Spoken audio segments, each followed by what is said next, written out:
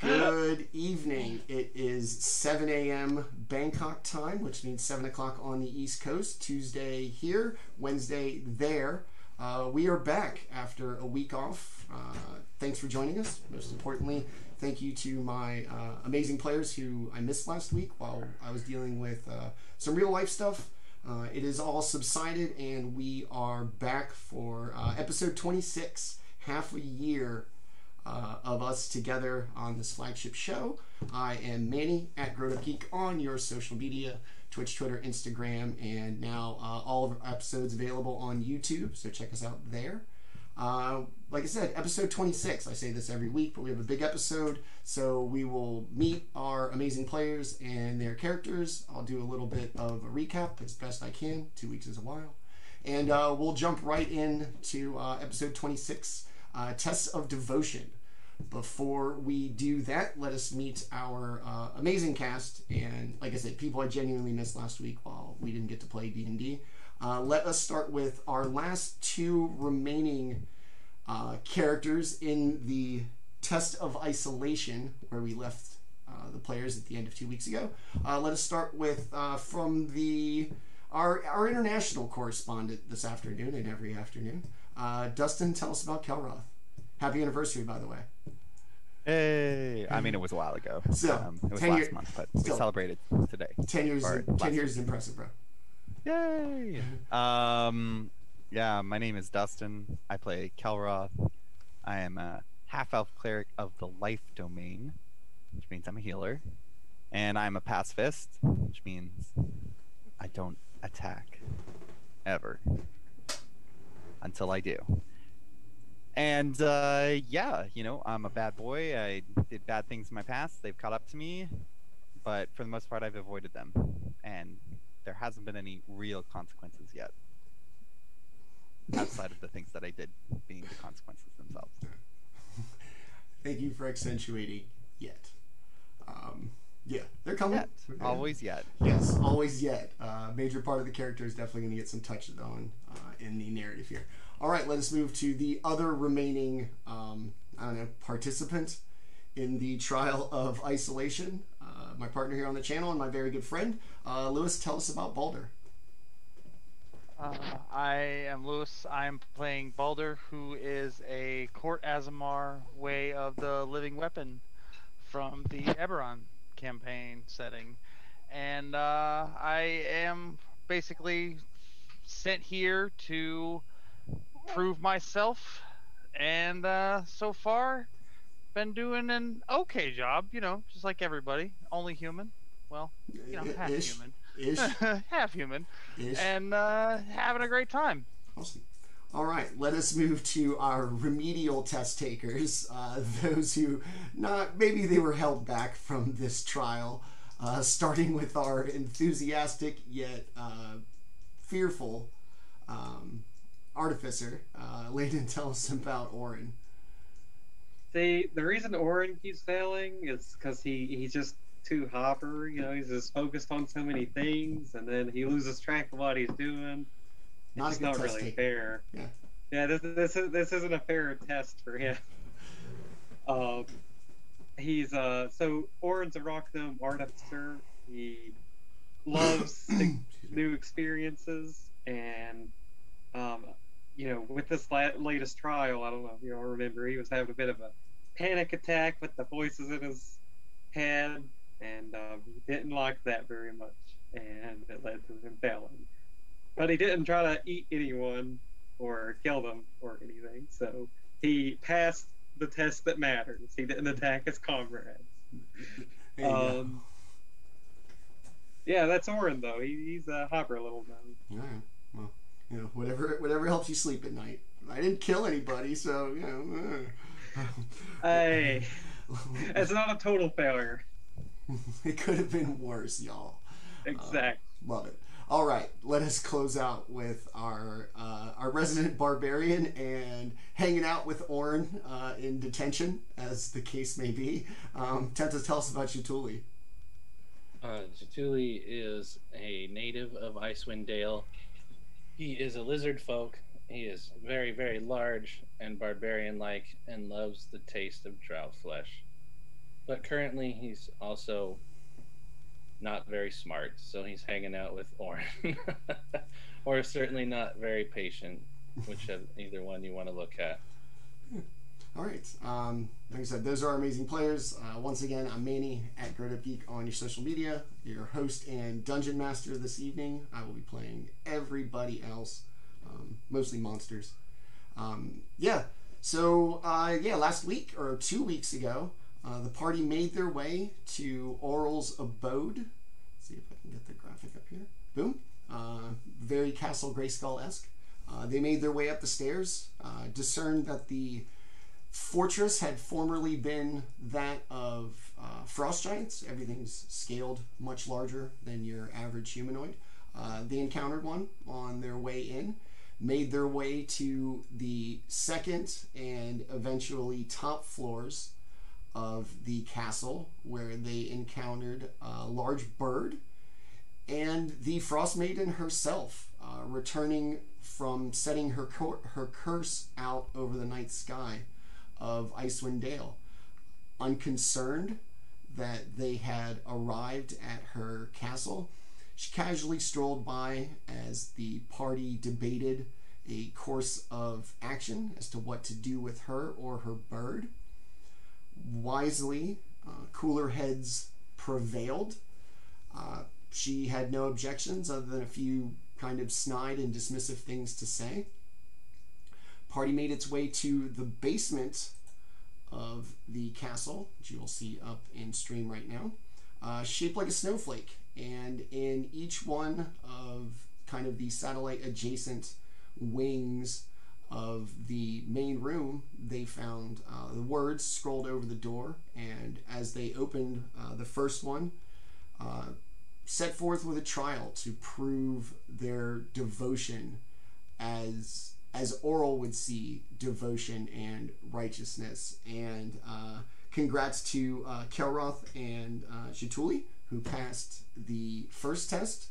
The second test, in which the party is in the midst of, the trial of isolation. As of now, currently only Baldr and Kelroth find themselves in a kind of canyon, closed up high walls of ice. They have felt a deep rumbling tremor from the ground, as if something large nearby was striding towards them. And just before we ended the session last time, at the mouth of the canyon, a large shadow was cast without a figure for the party to see, or what remains of the party. Cast as the rumbling intensified, and we find just remaining Baldr and Kelroth in this windswept cavern where the high winds just kind of swirl all about, distorting where sound comes from and everything. And as you look out to the mouth of the canyon that you've been in, a large shadow and the heavy rumbling footsteps of something very large makes its way towards you. And what do you want to do?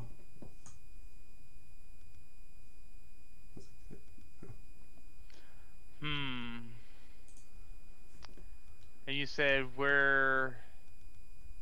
are we together now, or are we still separated? You're together in, you're not like right up against each other, but you can see each other.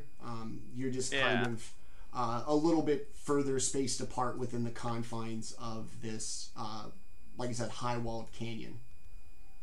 Okay.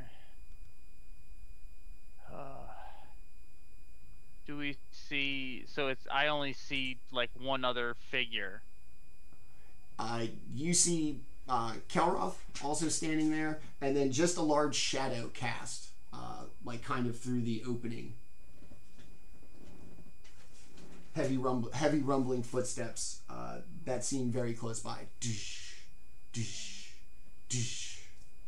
I guess I'm gonna move towards the other, like figure that I see. That's not the large figure.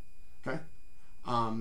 As you make your way over to the edge of the canyon,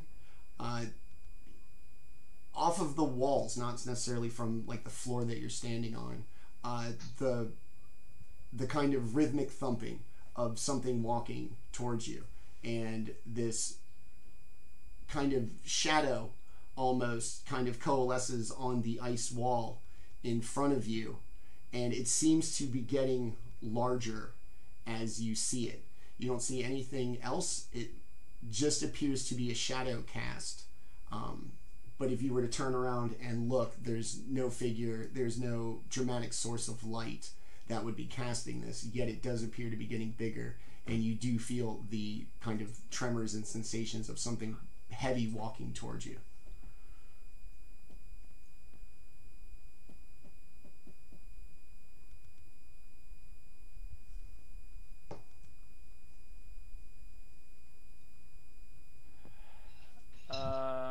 Yeah, I guess, yeah, try and get to Kelroth and just try and stick together, since I only see that figure. That would Okay. be the only move that I would basically make, having lost the other two As party members. as you kind of make your way back to, a little middle closer to Kelroth, the two shadows, the one at the mouth and then the one at the wall, both appear to be getting bigger. The one towards the opening of the canyon appears to be more of a profile, and it appears to be moving kind of left to right, while the one on the wall on like the inside of the canyon appears to be getting larger, like coming towards you.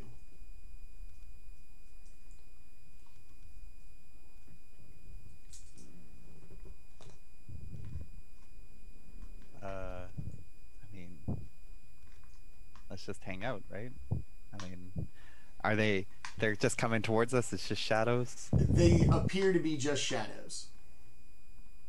Well, okay. I guess I would just basically ready myself. I wouldn't, yeah, having made it to Kelroth, I would just ready myself and just kind of give him the nod that I would, basically I'm here, ready to go.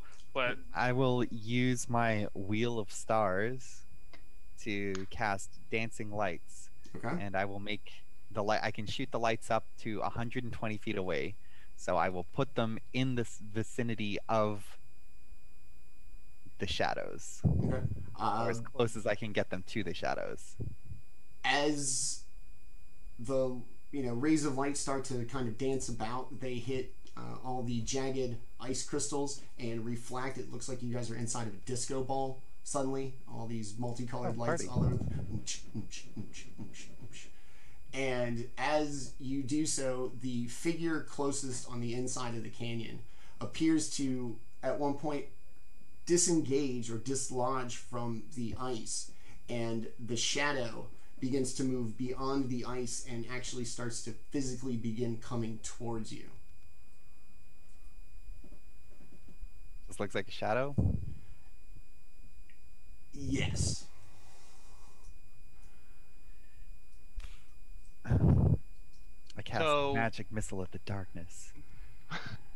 Well, I'm gonna Uh, light my globe whenever he lit up the area in the shadow. We saw the shadow. I'm just gonna light my drift globe. yeah, well, if we're standing next to each other, we'll just like bump shoulders and This is it, stay buddy. next to each other. All right. The shadow. I mean, the shadow. shadows from, aren't really doing anything yet. From the edge of the opening of the canyon has also dislodged from the ice and appears to be moving across the floor. The two shadows appear similar in size now, and as they get closer and Baldr's light really brightens up the cavern to the point where some of the reflections of the light make you squint. Yeah, it's daylight, so. All right. The kind of barely tangible, barely kind of coalesced forms still continue to move to you. They've taken on kind of a bluish Hugh, you hear, "You don't belong here." Yeah, we're just here because we have to be. I'm out of here as soon as I can. This place sucks. As the voice finishes, trails off in a long, kind of breathy tone. Okay. Two forms coalesce right in front of you. The two shadows? The two shadows kind of coalesce into these two bluish, ghost-like apparitions. Okay. They stick. They're about 10 feet away and continue to move towards you like a barely corporeal finger. I make my dancing lights all come together and form a vaguely humanoid shape of light in front of them that's also pointing back at them. But it doesn't make any sound. They barely acknowledge the light figure, the light man, enemy of the day man, and they kind of push Shout into the darkness. push forward, finger outstretched right at you. "You don't belong here." And I'm gonna need you two to Personal roll space. Excuse me. Personal space. We're still in a pandemic, y'all. I'm gonna need you two to roll for initiative, please. Oh, no touchy. I don't consent. That's a pretty good roll for me. Yeah, it's a pretty good roll for me too. I have a feeling the monk's pretty good roll and the historically bad cleric's pretty good roll are two different things. Yeah. Don't be 22. Kelroth, double digits. 6. The defense rests, Pretty y'all. Baldr, 22, you said? Look, I got second. Yes, sir. Heard. Second place in a race is still second place, right? Yeah, I got second place, man. I like silver. It's nice. It's classy. It's not formal. Yeah. All right. So as the ghosts outstretch their hand, they kind of puff up and turn into this blue menace reaching for the party. And Baldr, you're first to act. Alright. Cast Summon Jaatuuli. I have that spell. It's only on a long rest. Damn it. Alright. I cast the spell Bull Strength. So it's coming towards me. One of them is coming towards each of you. Alright. I guess I'm gonna meet it because I don't want it to like get like right up on me, because then it'll be like right there in both of our spaces. So Okay. I would like to basically move up 5 feet as it moves up 5 feet. Okay. It's going to be 20 feet away from you. Since you're first to act, like if you want to like essentially stop it or get up on it, you move the full 20 feet, and then it would have to potentially move through you if that's something it can do. Well, if it just like coalesced from a wall. Does it have feet? Is it walking or floating? It's think it's floating. Okay. Kick his ass, Seabass. Alright, yeah, I'm gonna go to meet it, so I'll move the 20 feet Okay. and then intercept it. Shit, flub die, hold on. Uh-oh. Jaatuuli and Baldr, or Jaatuuli and Orryn, what are you guys doing? Just hanging out, going, man, I hope everybody's okay. I don't even know where I'm at to be able to answer that. So 27 to hit? Yeah. You get some. Well, I mean, I rolled a 19. What do you want from me? Hi, second tier D. What level are you guys anyway? 7, 8? 7. Still 7. Yeah. Still just. All right. Just 7. Womp womp. That sucks. All right. 7. Punching, and then 2.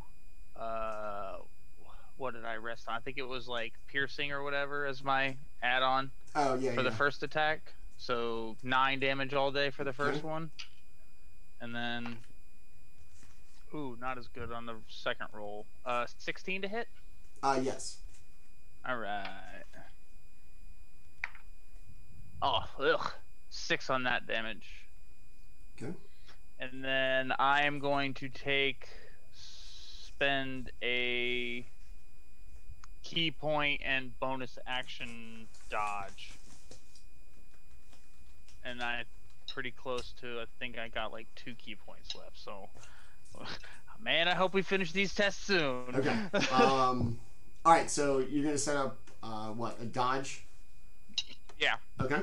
As you make your strikes with your monk precision, your way of the living weapon training and devotion, it's not a tangible thing. It's, phantasm. It's barely corporeal. You feel like a sensation, but not the same as you've impacted something solid. And your blows, while effective and true, may not have hit as hard as you think they have. If they're immune to magic or non-magical damage. Not immune. Well, are they resistant to it? See. All right. Well, my fist attacks count as magical weapons. Oh, that's right. You do. Okay. So what was it? 9 all day? No. 9 for the first one, and then 6 for the second one, so 15. Okay. So yeah, I all of my physical like melee attacks are magic damage for reference. Fancy. Yeah, that's right. I'm a weapon, man. I am a weapon. Steve Blackman, the living weapon.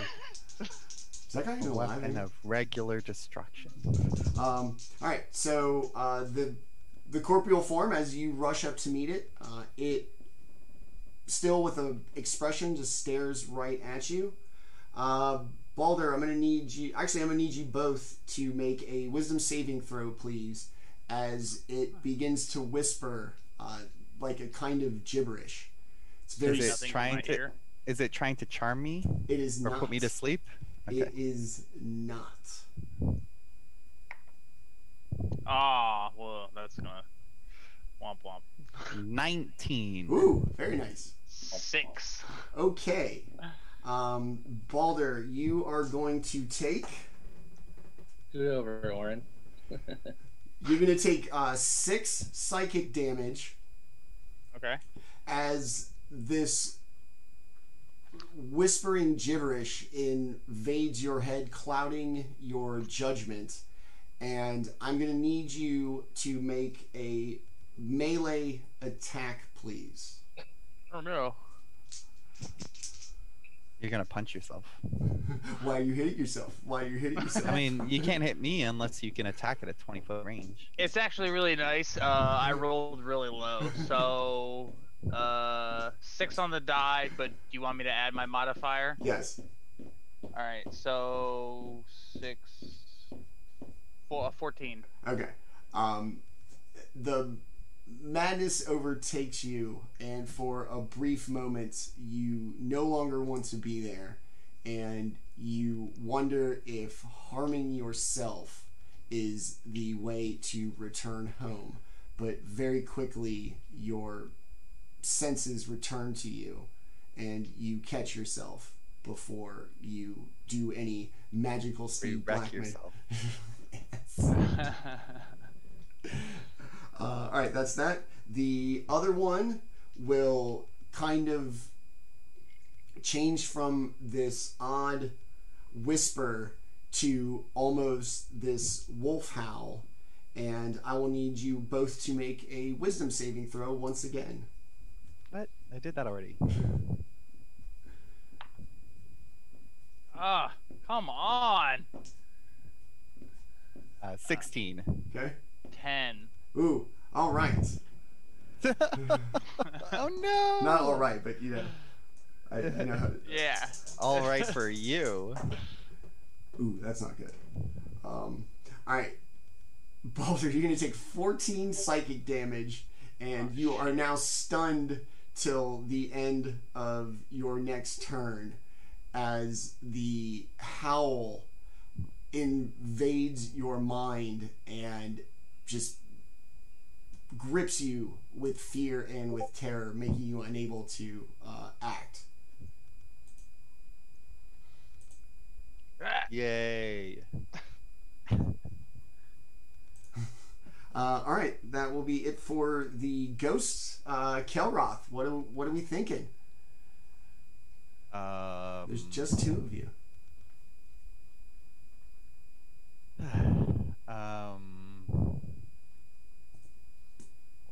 They're like ghosts.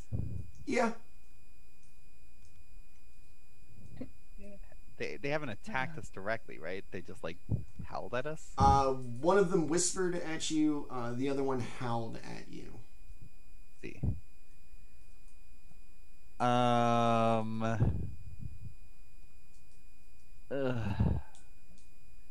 don't know.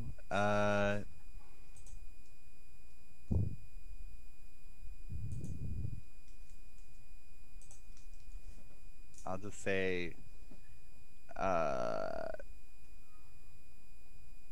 we're here to do a test. What do you want us to do? Oh, somebody dropped. Yeah, Orryn. It continues, kind of making its creepy way towards you with its outstretched finger and whispering this gibberish that you cannot understand, and you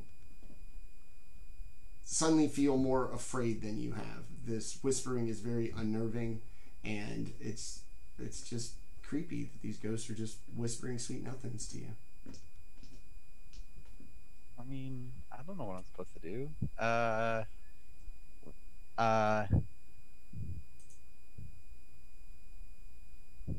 Well, it said the door said isolation, right? Yes. That was the name of the test or whatever. Yes.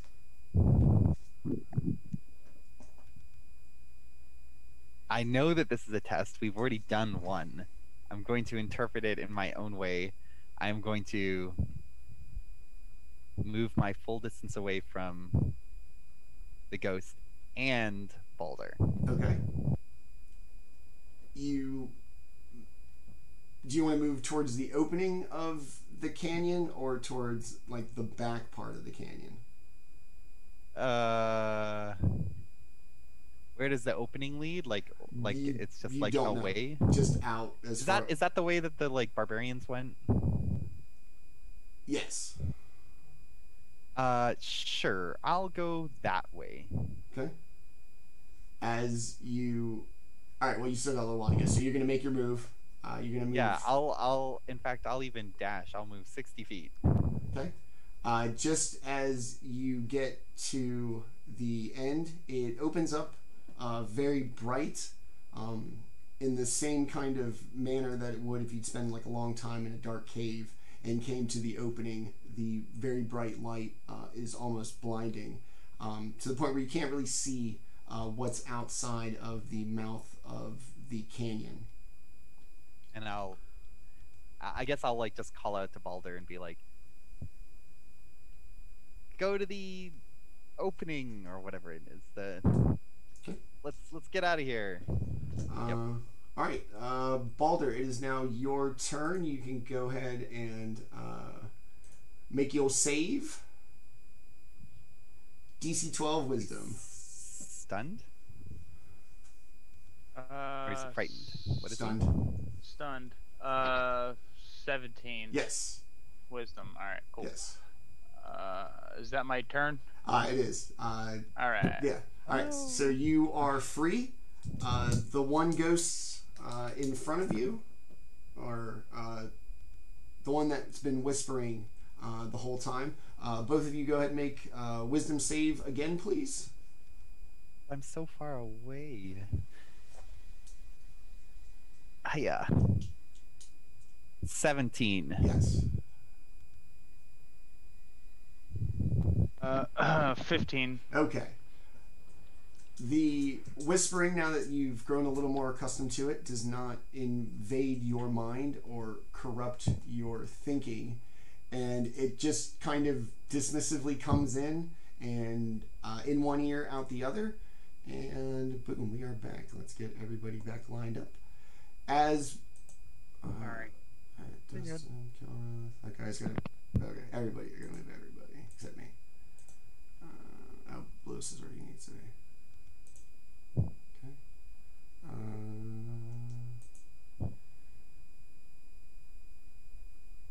And then the other one, as it moves forward,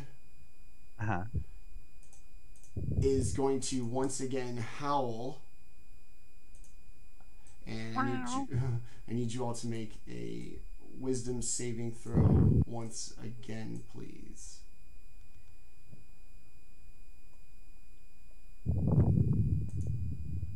$18 for that one. Okay. 17 again. The howling. All right, there we go. Sorry, I got really distracted by everybody. All right. Once again, the howl echoes through the closed wall of the chamber. Familiarity with it makes it so that in no way is anybody affected. And it will now be Kelroth's turn. At the mouth of the canyon. And yeah, I'm gonna step into the light. As you step into the light, your environment becomes disoriented, and everything around you kind of vanishes as you find yourself in this void. Cool. All right. Yep. Voidalicious. Okay. All right. So, Baldr, it is you, buddy. Two ghosts. Kelroth may have dipped. All right.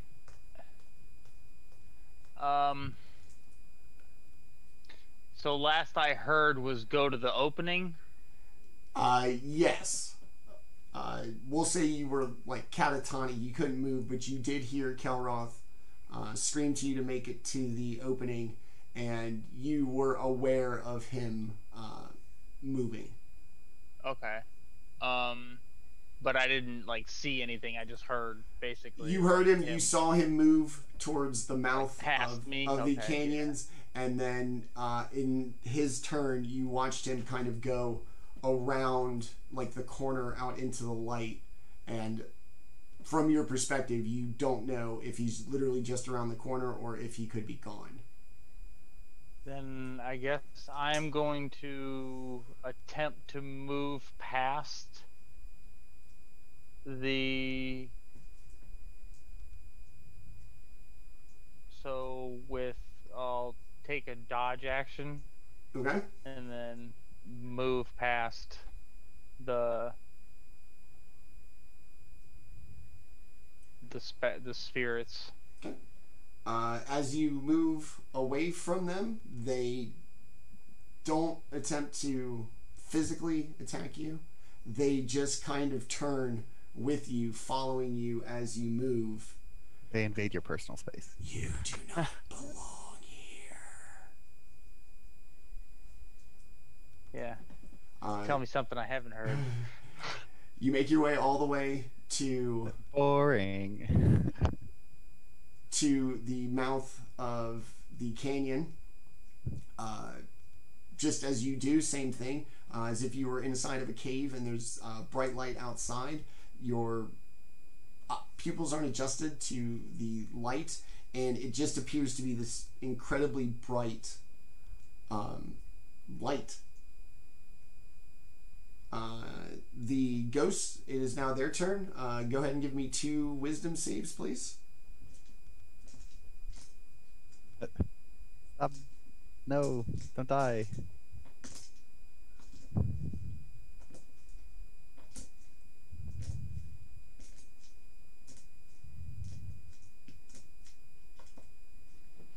I might die.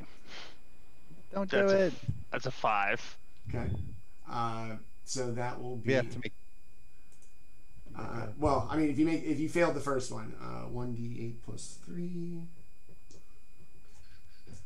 All right, you're gonna take 6 psychic damage, and I need you to make a melee attack roll, please. This is gonna hurt. You see out of your peripheral a fist coming at you. Oh my god, it's your own. Yeah. Oh god. Is You this look left, dodge. and it's a right. is this my fist coming at me? 10. Yep. I like when I'm hitting myself because I miss. All right. That's a 12. Okay. As Oh, yeah. yeah, nice.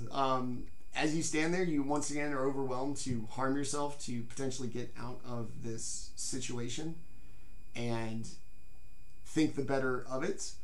Go ahead and give me another wisdom saving throw, please. All right, that one's a little better. 23. Okay. You manage to, obviously be clear of thought with the howling as it comes in. And the ghosts just standing there looking at you, not really moving, just kind of following your movement. That's it for their turn. It is now your turn. Standing literally at the cusp of the canyon, and just a bright wall of light. You cannot see through it into any kind of features or landscapes or anything beyond this kind of bright light. I'll go out of bounds. You said everything would tell me to move into the light. Move into the light. Just move, yeah. Join me in the void.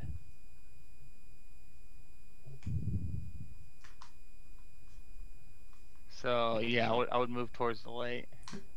Yeah.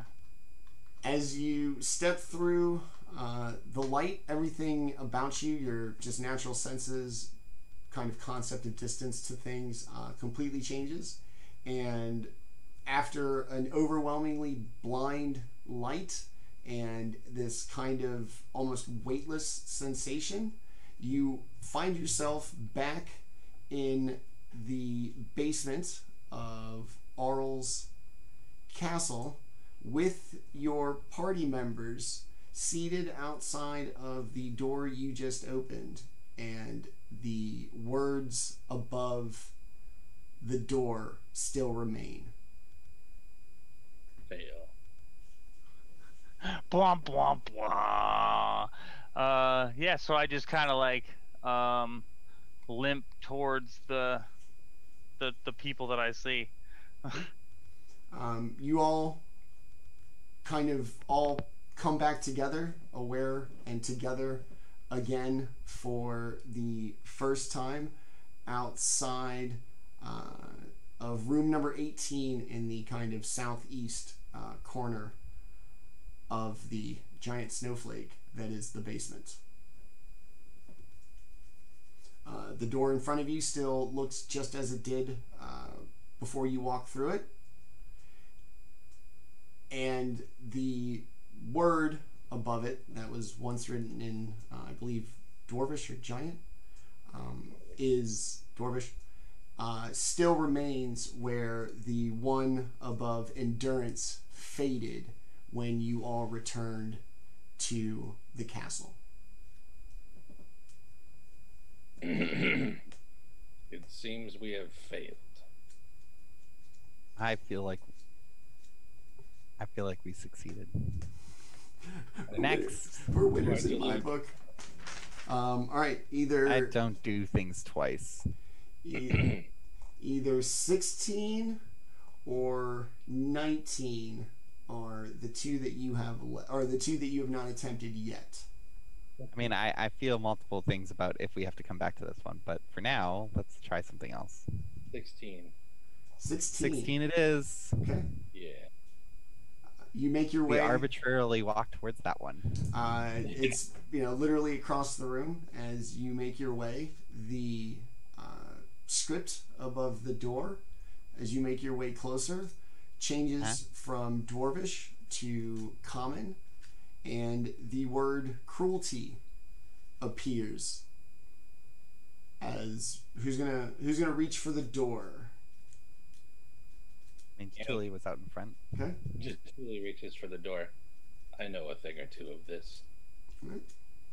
Your surroundings vanish in a flurry of snow and ice. When your vision clears, you find yourself standing at the edge of the camp. It's tense, and the people holding fast against a vicious blizzard blowing. Snow everywhere, visibility down to nothing. Some of them holding on to ropes and stakes for the tents, as if holding on for their lives. And from you guys are probably about 100 feet away, these two appear to be the same tribe of barbarians that you've encountered in both trials as well as your travels around the tundras of Icewind Dale. And they seem to be in a panic. They are unable to notice you, both through the blowing and blinding snow, but as well as the current state of issues that they may be having with the weather and their camp. All right. The name of this test is cruelty, huh? That's what it said.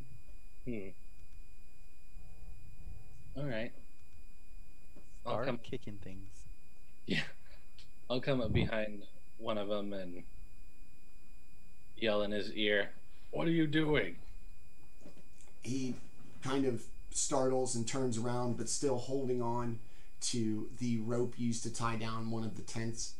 You notice that there are 4 or 5 dog sleds, yet no dogs. And as far as these Goliath barbarians go, who are just physical specimens, they're 8 feet tall, 300-400 pounds, they're just massive. This one looks especially skinny. The kind of large skull and all the flesh on it seems sunken in. And they're dogs? This is a dude. Yeah. Just there's a big dude? Yeah, it's a Goliath, but just face sunk in, not as physically imposing. His furs and armor seem to hang off of him as if ill-sized. We must outlast this blizzard. We are out of food, and we cannot stay here. But we don't have dogs or anything to move, so we need to go out and hunt as soon as this blizzard ends. You look like a dog. I don't know, it's cruelty, right? It just kind of holding on. See why you're a wanted felon. Yeah. This isn't real. Hey, this is my dog. first time meeting you. Let's hook you up to a sled. It said cruelty. I know.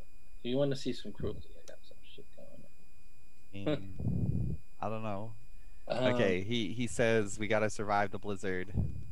There's no doggy doos. And he looks like he's hungry because his face was all gaunt and everything. Okay, I think we need to take this into, like, this is an oral test, isn't it?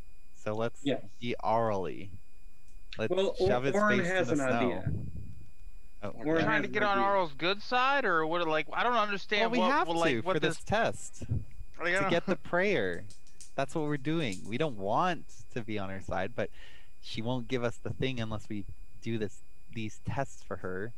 So we're gonna have to feign some oral loyalty to get her prayer, which we are not talking about out loud. If this is a test of cruelty and these people look like they're starving, there's only one solution. If there's not enough resources, Orryn's Gauntlet, there's actually an ability of it where I can gather 5 gemstones and wipe out half of them. half of the Oh, you snap population. your fingers together. Exactly. I got it. And I've seen this in a then, movie. No. then the What's a people will movie? survive. It's a movie.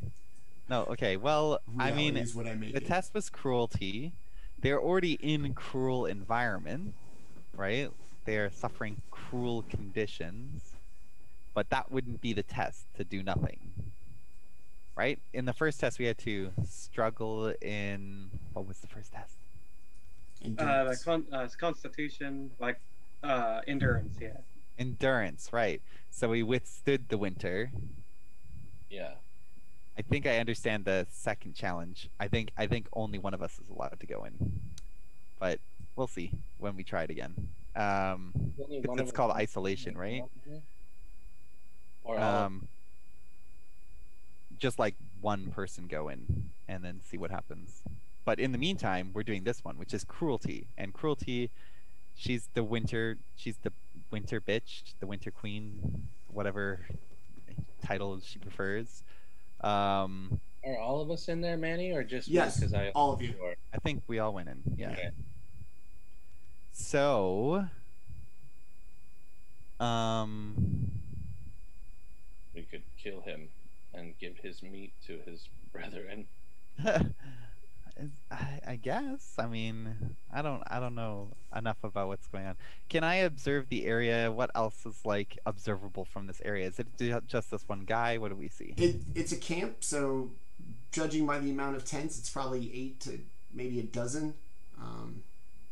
Barbarians, only 3 of them are currently outside of a tent. Like I said, holding on to lines and making sure various things don't blow away in the blizzard, including unattended dog sleds. You don't hear any barking. You don't see any tracks. Yeah. They have no dogs. What if we just like push their dog sleds out into the wild? You know, that'd be cruel. That'd be mean, I suppose. I know. I don't even know if I have anything in my inventory. Nope. Somebody like cut up their tents. I literally have no weapon of any type, so I can't even like. I should probably carry a knife with me, but maybe it's too much of a temptation. Orryn can create any tools, any like artisan's tools or any. I have axes. Well, I'm just thinking if we slash their tents, then we would be letting the winter in for the cruel cold to freeze them over. That's just mean. That's not That's cruel. the That's point. just mean. That's the cruelty. That's oh my. This is the Winter Queen. This is what she would want. Cruel would be like Let making in them the ice. suffer. Like you're just trying to make them suffer. die. Well, yeah, that suffering leads to death. Make them eat their comrades, and then they will Make suffer. them eat their poo. Yeah. Well, we got to do something, and I don't have a knife, and I suggest we make them cold. I think that sounds like a Are they good not idea. already cold? Because she is the Winter Queen, and she wants everyone to be cold and icy, and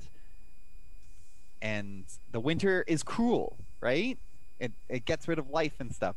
So she might view that as a good thing. That's why it's one of her tests. Jaatuuli's getting restless on this decision-making process. I made a decision. If somebody wants to give me a knife. You don't get a knife. I've got axes. All right, Manny. I'll walk up and. Are they all sitting in the tent, or are they? You're on the outside. You would assume that there's people on the inside. You just see the 3 trying to hold things down, and with like the lines or trying to keep the sleds from blowing away. I'm not comfortable with this, but you know, it's clear that this isn't real to some degree. So, You know what? we're gonna do what we gotta do if we're gonna end this endless winter. I'll pull my axes out and go up and knock the emaciated one to the ground. Oh. As you knock him to the ground, he loses grip on the line.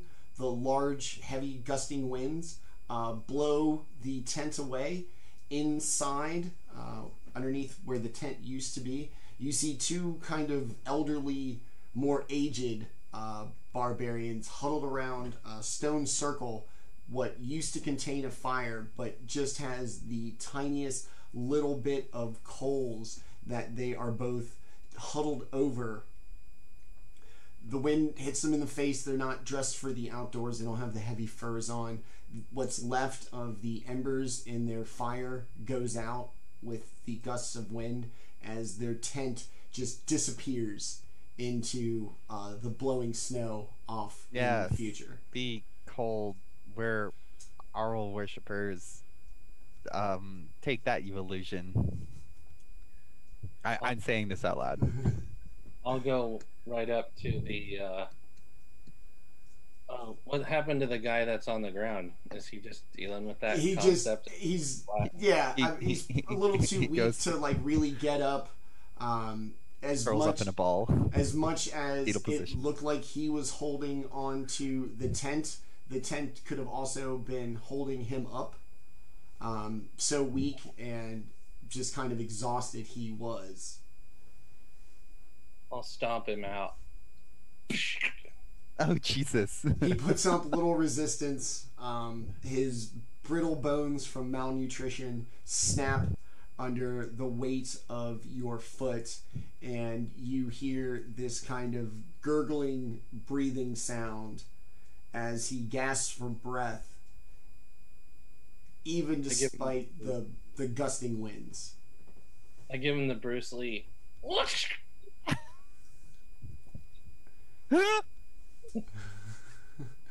The other barbarians on the outside of the remaining tents give a terrified and sad look through the blowing snow. Do not, kind of deviate from what they've been doing, keeping stuff around, but you definitely see them crestfallen and more than a little confused. You're gonna like try and knock over a tent or like rip down its protectings. Look at me, I'm being so cruel. Yeah, I feel very Rick and Morty right now. I'll look at them and go, who will stop me now? Look at me, I'm a bad guy. Yeah, look at me. It's like I'm in a universe where being bad is good, so I'm just like, oh Morty, yeah, look at me. Morty, it's just a quick trip. Orryn will cast Firebolt at any sort of cloth or, anything that could provide warmth to burn down any supplies. You're making them warm to make them cold. The tent that hits instantly ignites. One of the other barbarians holding the line quickly lets it go as he screams in anguish. The flames are ever fanned by the blowing and gusting winds, and as the tent begins to burn and kind of break off into little pieces, one piece flies onto another tent and catches it on fire. The barbarian that was kind of wrangling the dog sleds lets go of that task, causing them to just blow off into the snow. And as he darts across what's left of the camp into the burning tents, he drops to his knees in just absolute anguish and begins to cry as eventually all the tents catch fire. Yes, except Arl, into your heart, you non-winter worshipping fool. Yeah, it's time for the villain speech. The long villain speech monologue. Have we satisfied your needs? I call it into the wild. As the tents begin to burn and the already desperate barbarians seem to be just utterly broken, the sounds the sounds of the blowing wind, the sharp cold of the exposed tundra, and the slight little pelting sensations of getting hit in the face with snow in a blizzard subside. You find yourself back in the snowflake. The writing above the door with which you just entered appears to disappear. And you hear a clicking from a door off in the distance, actually to the very north end of the building. Or no, wait, the south end. The easy breezy beautiful Arl worshipper. The Done. south end.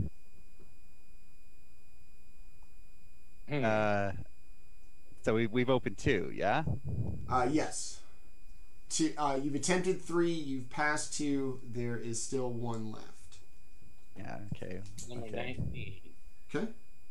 Yeah, let's check the one. This and feeling bloodlusty. Jaatuuli starts walking over to 19. Axe is still out. Yes. As you... I'm starting to understand. I understand. You Maybe you make your way through the door. The dwarvish script above it goes from foreign and unrecognizable to the word preservation. Preservation. Jaatuuli, as you... Preservation. You going... You're first again? Yeah. Okay.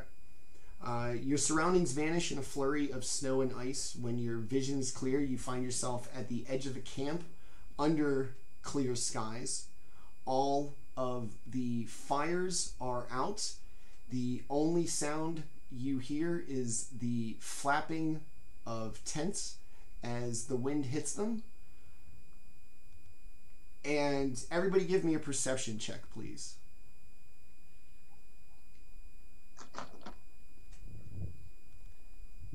Ooh, very perceptive. I'm paying attention. 17. Okay? Looking it up. 6. Okay. 16? 16?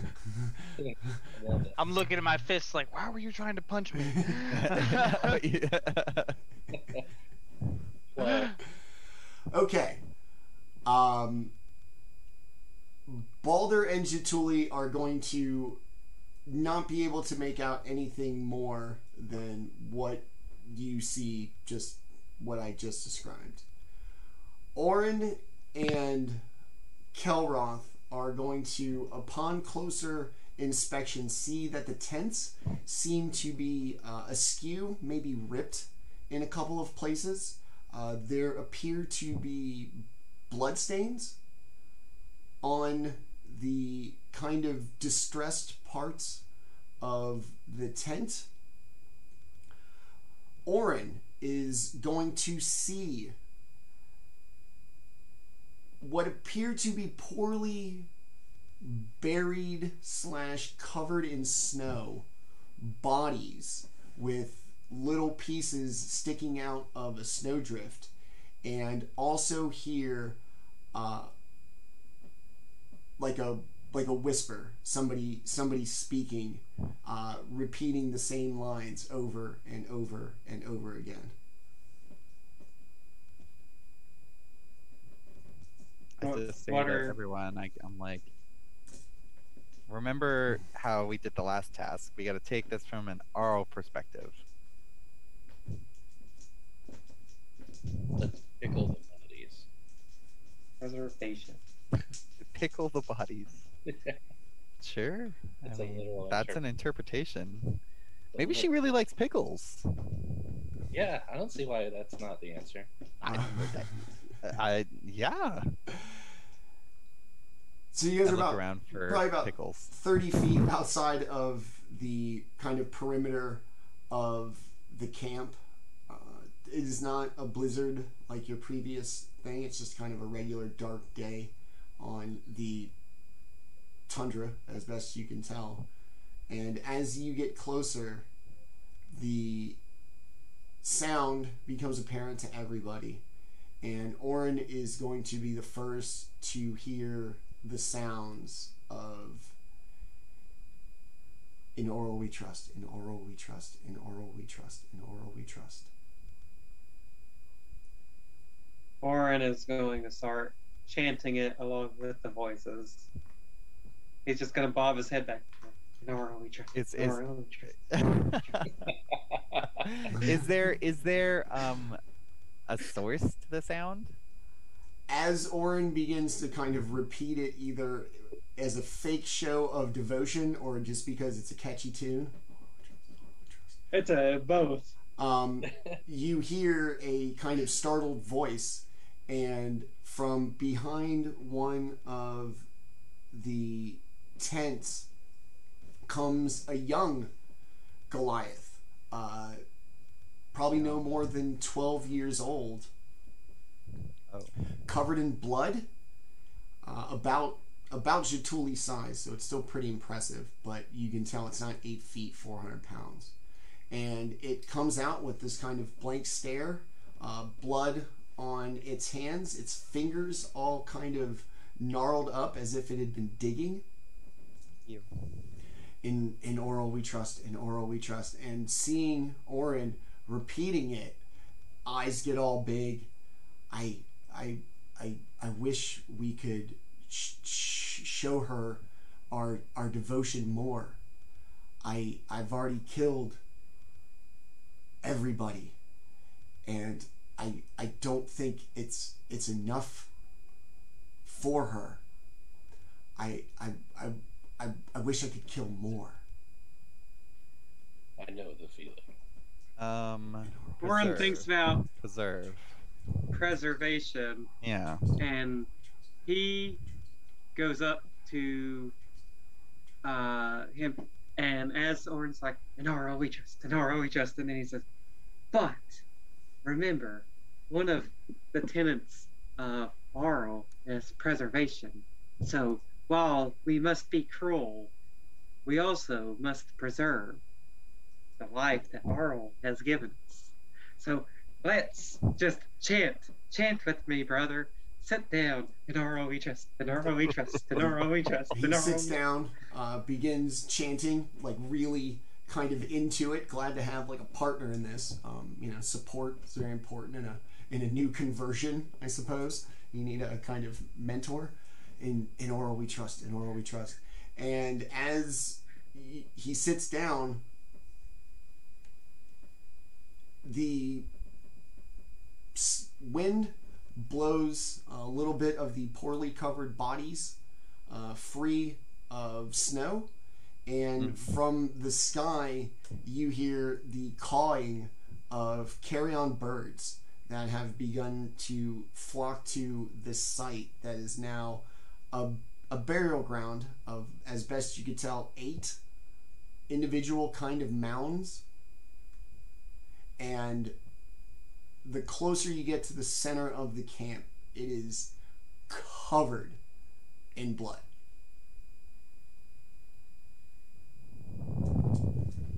Need to keep the birds at bay. Seems reasonable. Preserve the frozen waste. Why would we let the vultures destroy the art that Arl has given us? Orryn says to the little, not the little, the big kid or whatever. The big little one. Yeah.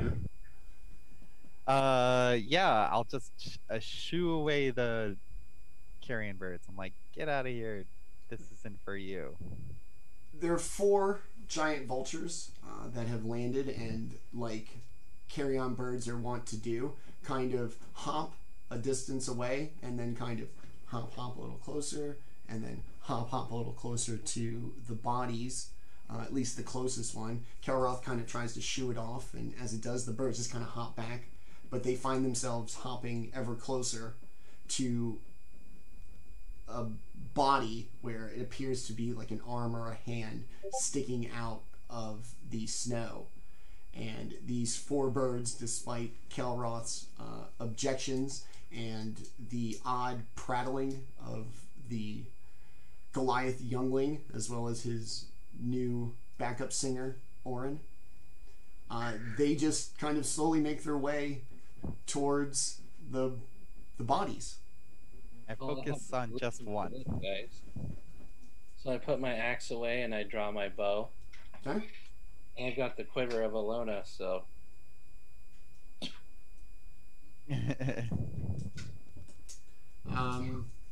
All right. You wanna blast at one? Yeah. Okay. Yeah. Go ahead and roll for your bow attack. I got a Roll 20 for blasting. 24 to hit. Yeah. Yes.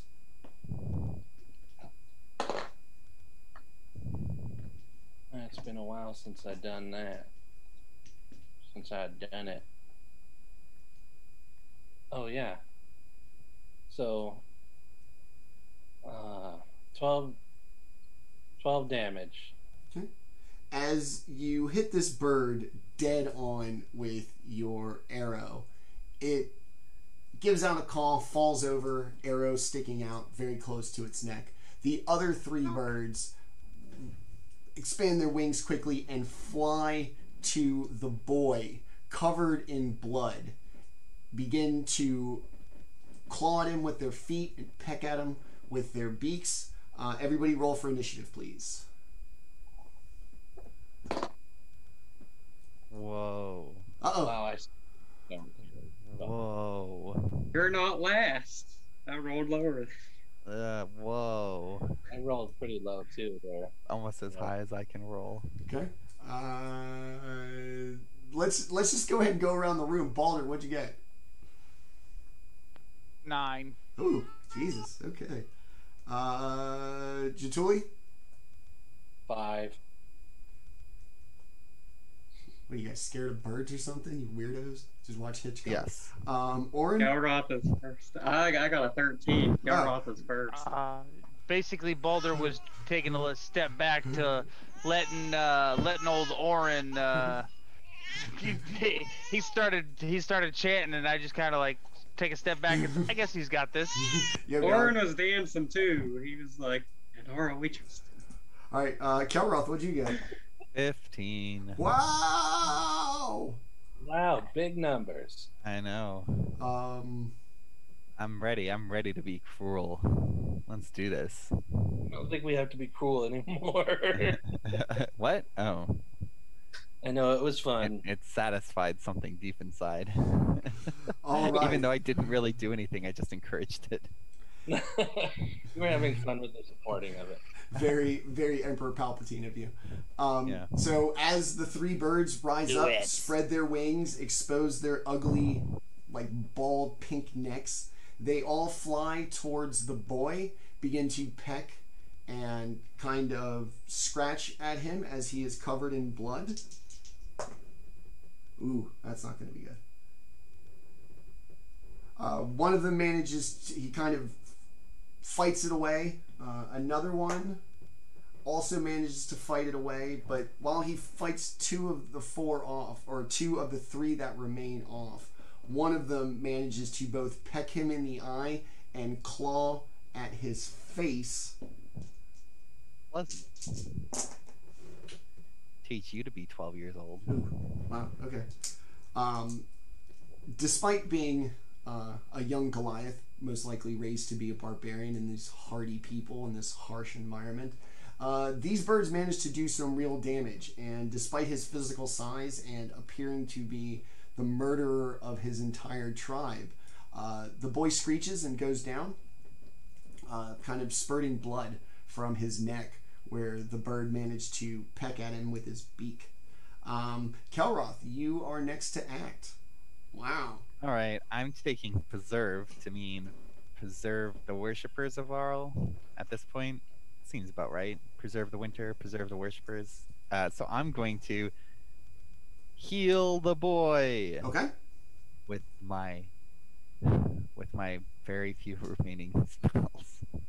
Oh, it's so sad. All right, but I'm not healing him a lot. I'm just gonna give him a level 1 healing. Here we go. You see a lone tear drop from my. I drop healed from my face. maximum from my lowest. I healed him for 16 healths. Wow, very good. Jesus Christ, dude! You healed him for like twice what you healed me for last time. I rolled maximum. That was my maximum healing for a level 1 You healing. see another tear roll down the other side. It freezes because it's so cold. Yeah. I feel the cruelty welling up inside me, and I have to protect it. No, I'm just like, all right, I think we have to protect the boy, and and preserve the worship of Arl. So I heal him begrudgingly. Okay. The large gash in his neck begins to close, and he seems no longer panicked. Still a little worse for wear, but nowhere near as bad as he was. Kelroth. Orryn, next to act. Go Arl. Were they vultures or carrion birds? Giant vultures, to be Vultion birds. especially specific. Never heard of a carrion bird. It's just like It's a type. It's just a type of bird. It's a bird that other birds land on, and then they fly off, and it's a carrier. It's like the turtle god thing. Everybody's riding on the back of the turtle show. No, I'm just kidding. I think I may know it. Is there any way I can get all three birds and within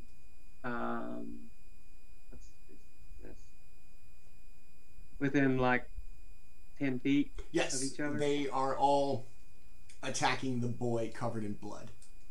They're swarming him. Yeah. Yeah, Orryn you can get all going- three.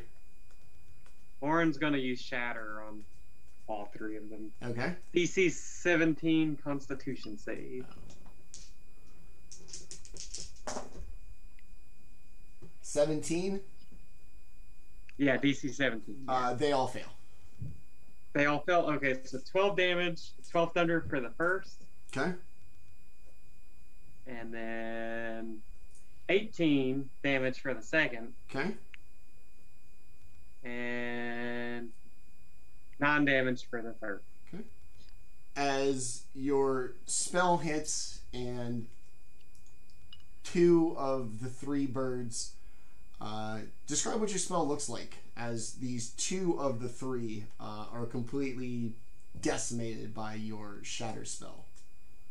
This is it's basically like a flashbang. So, you know, when Orryn takes out his little like flashbang grenade, he just presses a button and it starts lighting up like do do do do do, and then Orryn yells. He's like, "In Arnold we trust, motherfucker!" throws it just whoosh, onto the vultures.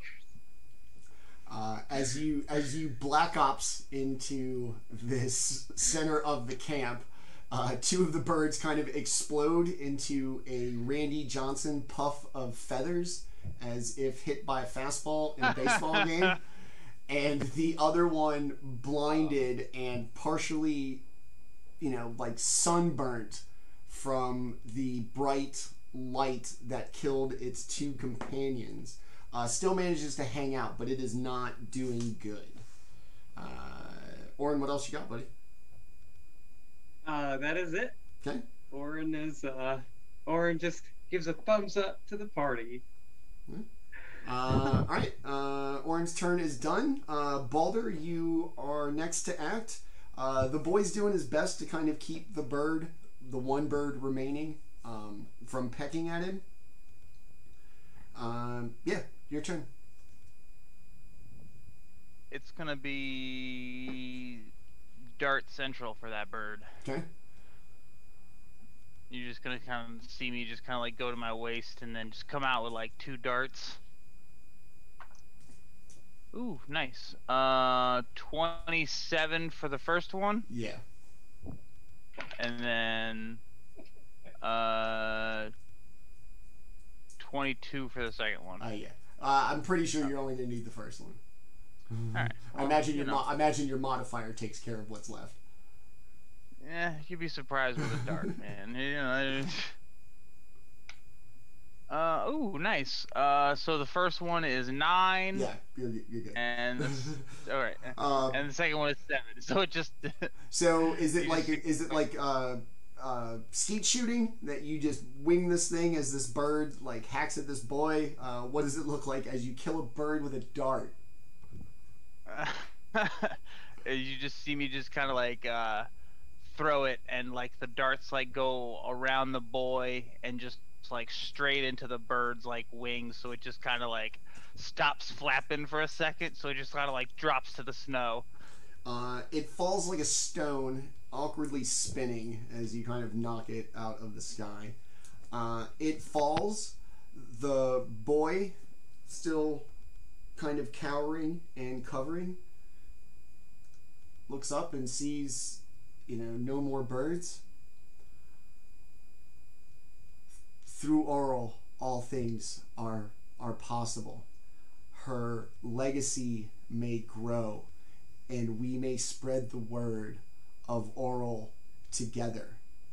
And he gets up, pulls these 2 knives from his waistband, and begins to just viciously stab at what's left of the dead birds. As a bright light overtakes you, you are back in the basement, and the word preservation, is that the term? Preservation has disappeared above the door.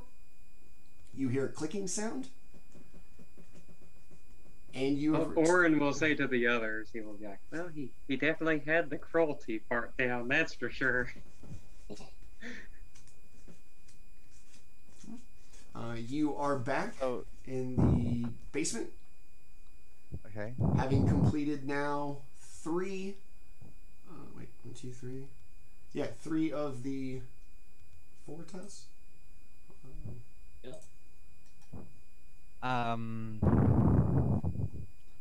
Well, should we test my theory and just one of us go in? Like, I'm willing to go in and just be isolated. Orryn will say, you can do that. I had some Plus, mean those voices things were doing- talk to me. Those things I were don't- doing wisdom stuff, and I have a pretty high wisdom saving throw, so... Yeah, Jaatuuli will not go back in. yeah, Orryn will not go back in either because Okay. they say mean things and it sounds like me saying it, and it's not a fun time. I'm sorry. Well, what I'm gonna do is approach the door and attempt to go in by myself. Back through the door, under which the term, was it isolation? Isolation still is visible. You walk through the door, you're enveloped by the blowing snow, the blinding light, and you find yourself right back in the canyon. The 2 ghost-like figures, almost as if they hadn't moved, and they begin once again. You don't belong here. Yeah, well, I had to come back, okay? Alright, Failed this test, can I okay? look I around? know. Yeah, I know, right? I didn't take the 3rd grade. I'm gonna look around outside of them. Is there anything of note that I should pay attention to? Just what was left of the camp from the barbarians, but otherwise everything is exactly where it was when you last kind of looked into the canyon before you stepped out into the light. Was there another direction to go? You're in kind of like a cul-de-sac of a canyon where the barbarians had done to kind of protect themselves. Only one point of entrance while they slept and camped. Okay, is their camp still there? What's left of it, yeah. Like the stones, a couple little things that they really couldn't take with them. Sure. But it does appear as if they might be coming back. They didn't completely break camp, and you imagine nomadic barbarians would probably take every single thing they had with them. Okay. I'm an oral worshiper. I'm gonna try and I don't know. I'll just head towards the camp. Okay. And isolation. I don't know. I guess I'll just knock over their stuff. Make it so that they can't really come back. Take this. Kelroth's just I a don't know. bully. Yeah, I'm trying to be an oral worshiper. And yeah, I'll just hang out in the camp by myself, kind of like. You're down, like hunker a high down. school oral worshiper. This time, as you Yeah, just walking through and just slapping. as you make your way, Books and kicking heads. you make your way Stop through the judging camp. me. You're not here. You make your way through the camp. Instead of solely being fixed of gaze, the 2 ghosts actually appear to be moving towards you, kind of mirroring your movement. as you get to the camp, start knocking like some stuff over. I don't know, wrecking like the skis on the dog Backing up the sled. joint. The ghosts come ever closer. One of them doing a barely audible howl that you recognize from your last encounter, and one of them doing the same kind of whispering but not audible as they make their way close to you. Okay. I'm like, well, I'm supposed to be here alone, and you guys are keeping me company. I don't get it. I'm talking at them. You do not belong here. And Yeah, but when I left last time, I got punished. So I'm gonna be here alone. Go away. it comes at you with Oh, they don't belong here. Yeah, you don't Their belong land here. either. Yeah, yeah. interloper as you Start trying to shoo them like they're the carrion birds or the crows or whatever.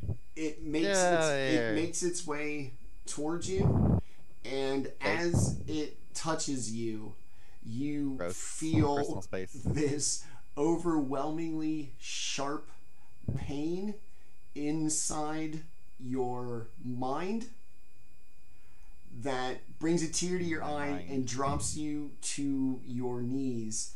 I need you to make a wisdom saving throw, please. Come on. Hey, 25. Ooh, very nice. Somebody's only going to take half damage. I just go, personal space! You were going to... I look at Jaatuuli and Orryn. Did you guys just hear that? You're going to take 3 psychic damage as I'm dead. Just be like 6 feet. 6 feet. There's a pandemic, y'all. Back up. Social distancing. And as it attacks you mentally and inflicts a slight little bit of damage, they go from 2 individuals of 1 howling and 1 whispering to coalesce into this much giant version of them, as if the 2 of them melded into one. Now it's 16 feet tall, 8 feet wide, just ridiculously big, and without a mouth or anything, it now appears or seems as if it is both howling and whispering to you. And even though its shoulders are clearly, I don't know, 8-9 feet above your head, out from the bottom reaches a hand. You do not belong here. And goes to touch you again, causing another bout of a serious headache. And as you do this, the landscape and your surroundings begin to change and distort. That it goes from the familiar icy canyon to a beautiful green and lush glen to a tropical waterfall, back to the frozen sensation of your current surroundings. And it begins to just psychologically kind of make you question what is real and what isn't.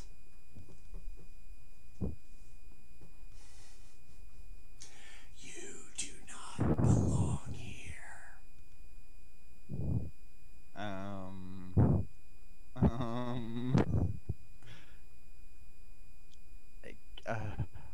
Fall on him. I'm like, well, Tell him, make me leave. then what's this one called again? It was called Isolation. Isolation.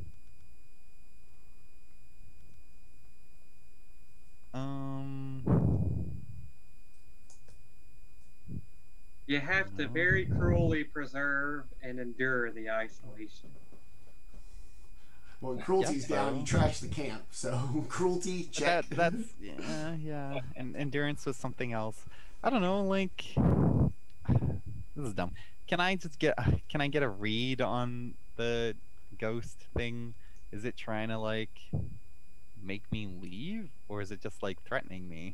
It appears to be threatening you, and as far as tangible effects, the vision and the disorientation of not knowing where you are so far seems to be the only thing that it has achieved in this one-on-one scenario with you. It's confused me about where I am. Okay. I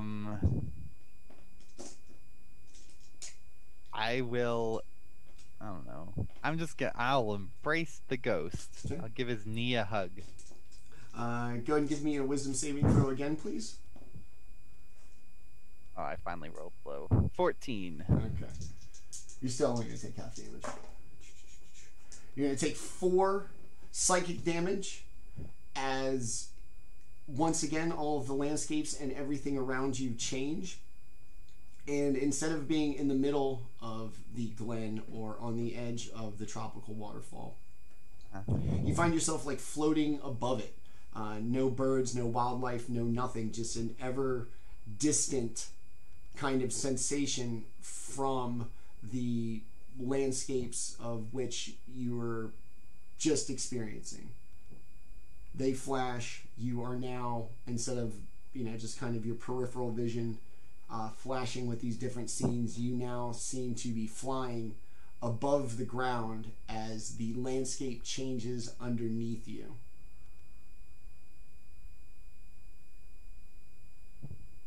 Is it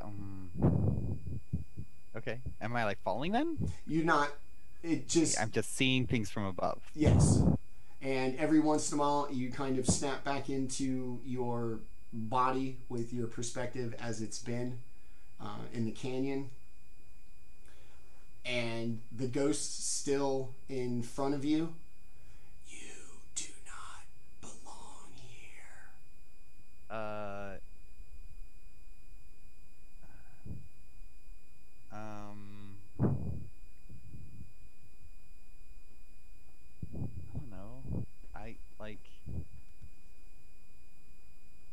I don't know. A very orally thing would be to kill yourself for the winter. But is that isolating? Not really. But it kind of makes me they're you do not belong here, you don't belong in the winter. Or you're fucking with the winter. I don't know. When in doubt, chant. I don't know if that's gonna work in this scenario.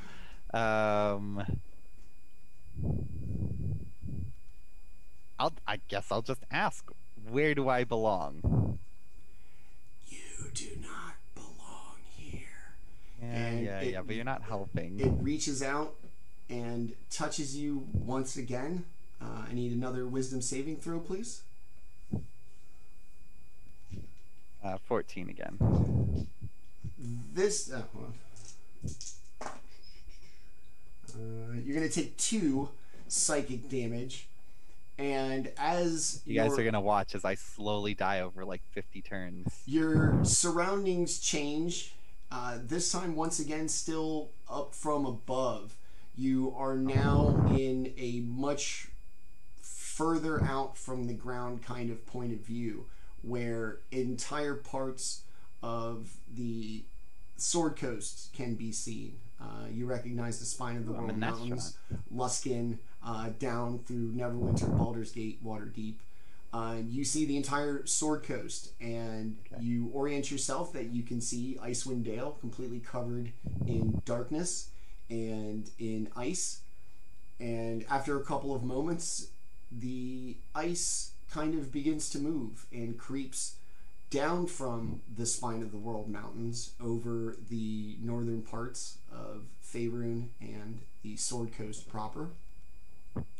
And as it does, slowly the darkness follows behind the ice, eventually covering all of Faerun in both darkness and ice. And yeah, that's what she wants, right? As your perspective changes back to, you feel weighted and grounded on your feet, a bright light overwhelms you, and you are back in Orryl's basement. The sign above the door. We'll take a break on that note. We'll let you know if you passed it. Yeah, that's right, buddy. Waiting on that one. It's 8:46. We'll try to be about 5-6 minutes real quick, and then we will come back and we will find out if my group hates me and hates me for making them take this test a third time. 8:46. Like I said, we'll be back in 5 to 6 minutes. Thanks to everybody for watching. We will be right back, and hopefully we'll see you when my party starts to scream at me. We'll be right back. See you when we get back.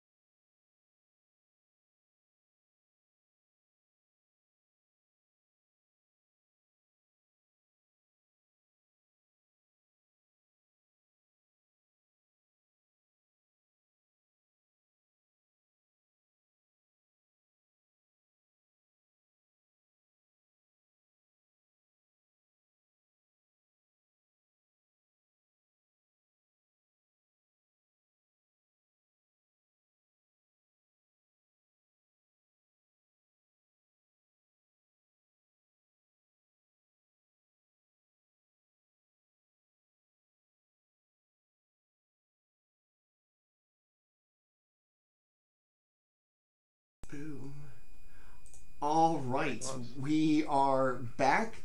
Kelroth has been transported back from the canyon, standing before the door, carrying the word isolation above it.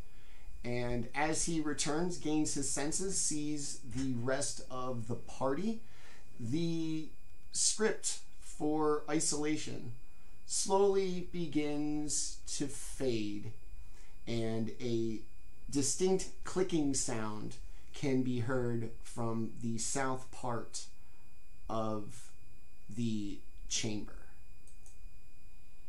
Put that back up. See, I was thinking like either I had to hurt myself, because I had heard you mention like when you failed the rolls that the character wanted to hurt themselves. So maybe I'm like, okay, maybe I'm supposed to die alone or something, or maybe I'm just supposed to endure. So I was like, all right, we'll see what happens. I'll slowly die over 50 turns if I have to. One hit point at a time. So Yep. the all of the doors you've gone through, the script above them has all disappeared. All of them have been followed by a clicking sound, and you are all once again in the basement of Orryl's abode. Solstice, or Grimscale is the name of the castle. Okay. Castle Grimscale. Yes. Yes. I love it. Yeah, Chris Perkins. Come on, bro. Stretch it just. Tell me you've seen Master of the Universe without telling me you've seen Masters of the Yeah, Universe. come on now. Come on now. A little on the nose. Yeah. So you guys are in the basement in this snowflake shaped kind of footprint, and yeah, the only really kind of door you haven't explored yet to the bottom that was seemed to be magically sealed and locked. It was also the only set of double doors that you'd seen. All the clickings come from there. And what do you want to do? Investigate. Okay. Go do it. Let's investigate these double doors. I want to take a short rest. I mean, we could do that. Do we want to take a short rest? We're in like a safe-ish area. Nothing happens when we didn't do anything, so we could rest. I want to take 20 minutes and patch some wounds. All right. Well, if we're gonna D&D Beyond. Okay, if you want to do that, I regain my divinities, my channel divinities, over a short rest, so I could spread out some healing before you short rest. I mean, that's fine. I'll get a bunch of key points back, so I'll be happy. Okay. Is anyone below half hit points? Yes. Yep. How much? How much? Let me do some math here. Far below. Because I have a limited pool, so I'm going to spread it out amongst you injured folk. I need 15 points 15 points to make you half, right? to make me half. Okay, and what about you? Yeah. Huh?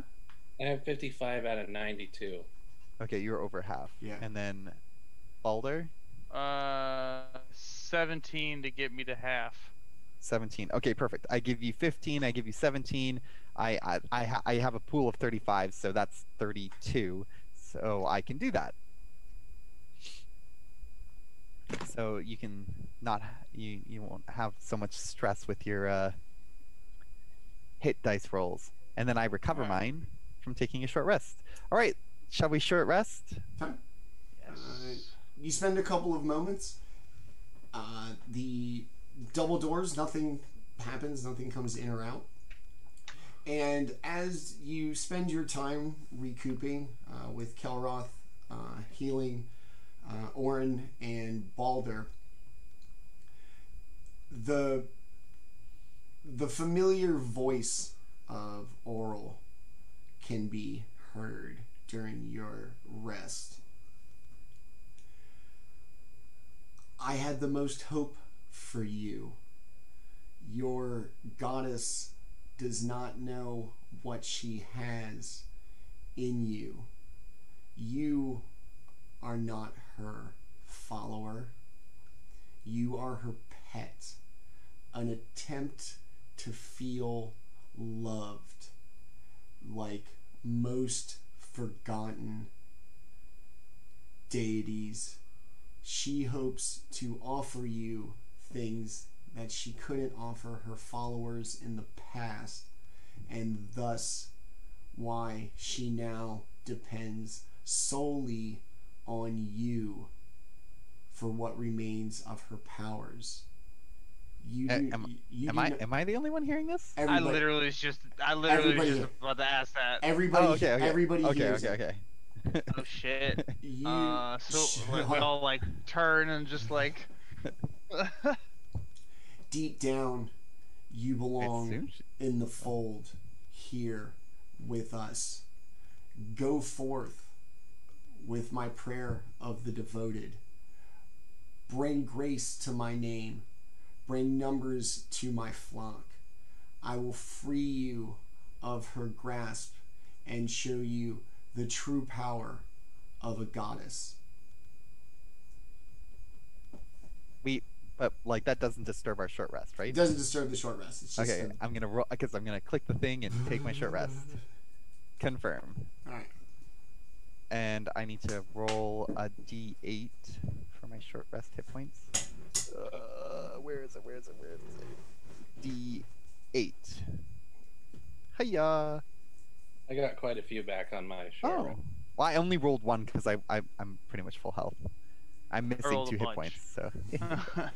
I rolled a bunch of hit die. All right. Did you get? Yeah. Oh. When she finishes speaking, I turn to Jaatuuli and I'm like, I think she's talking about you.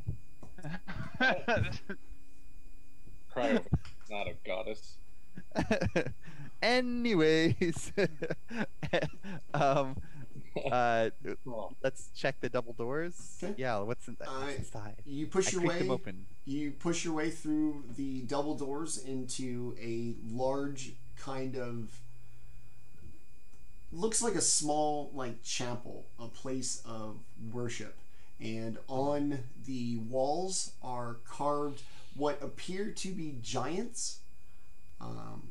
They are large kind of ice figures of a woman with an icy crown, and they appear to be stomping on smaller creatures. They're kind of indistinguished, but by scale they look smaller, and it appears as if the large crystalline woman is stepping on them, and these appear in kind of various panels around the room, and in front of you once again remains another double door.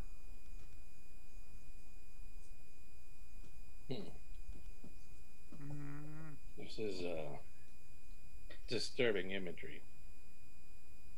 Let's go back to talking about this goddess, huh? Because I like those hugs. I like the way I felt. Yeah, which god? Who are we talking about? What's going on here?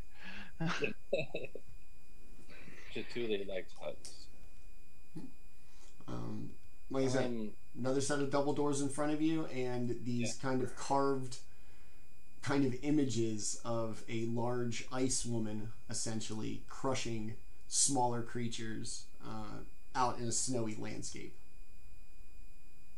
I'll go ahead and walk over to the image of the ice woman and run my fingers across it and kind of take it all in. I look at she Jaatuuli. voluptuous? I literally look at Have, Jaatuuli and go, squeezies? "You like big women, I see." Yes. Just a yes. Is there anything written on the statue or anything? It's just a statue crushing little statues. They're carved into the wall, so think like a 3D carving into the wall. There's nothing written. It is just looks like 4 images, 2 on the side wall and then 2 on the walls flanking the double doors in front of you. Okay. And they're all depicting the same thing? Variations of the same thing. One of them, it appears the large woman is crushing a village. The other one, it looks like she's fighting against Goliaths. There's the one where she just looks like she's stepping on folks, and then there's one where she's sitting under a tree. Okay. I push the door. Does it open? It does open. In Okay. front of you is a pedestal that looks like it is carved out of the clearest, purest ice you've ever seen. It is perfectly round, as if manufactured and not naturally frozen in that shape.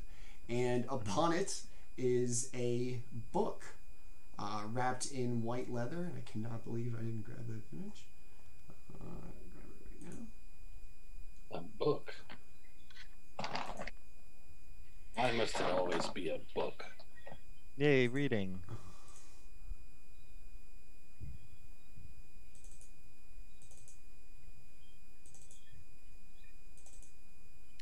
Magic, like guns, is always used for evil, but it's just so cool.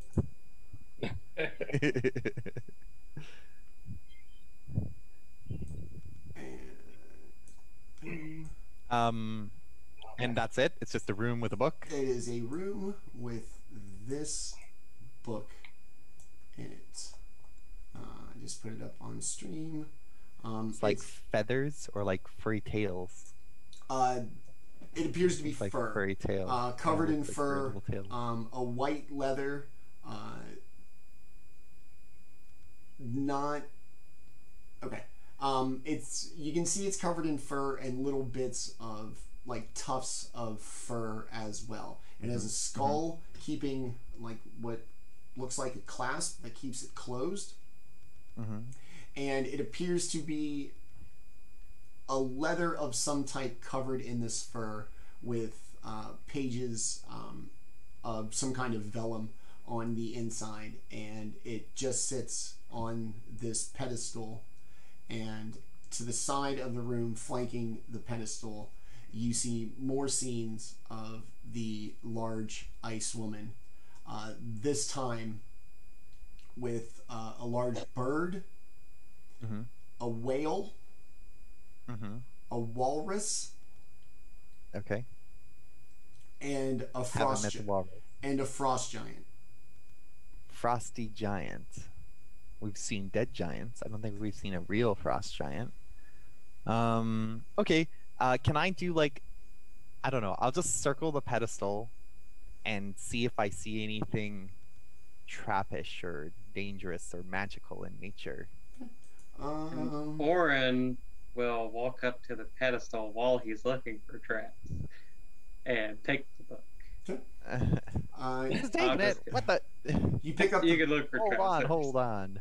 You You take in a second. pick up the book, and the booming voice of Oral returns for all to hear. Go forth, my devotees.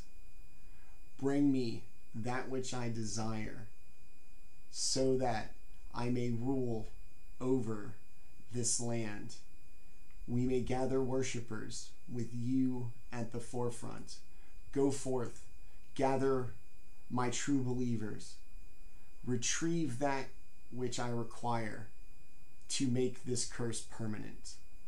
And you snatch the book up. It feels heavy for how big it is, and the leather that is covered in fur does not appear to be leather. It's a little too rigid, and it has kind of almost like a three-dimensional kind of aspect to it.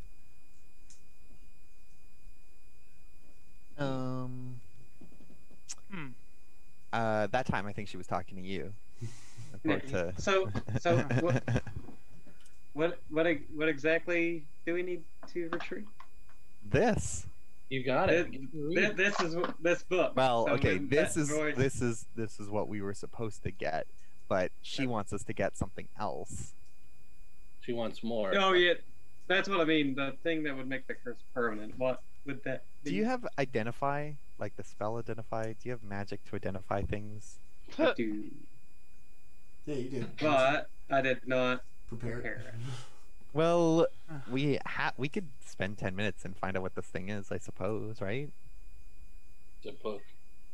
Read it. No, don't read it. Orryn will open. Never read books. Don't you hate magic?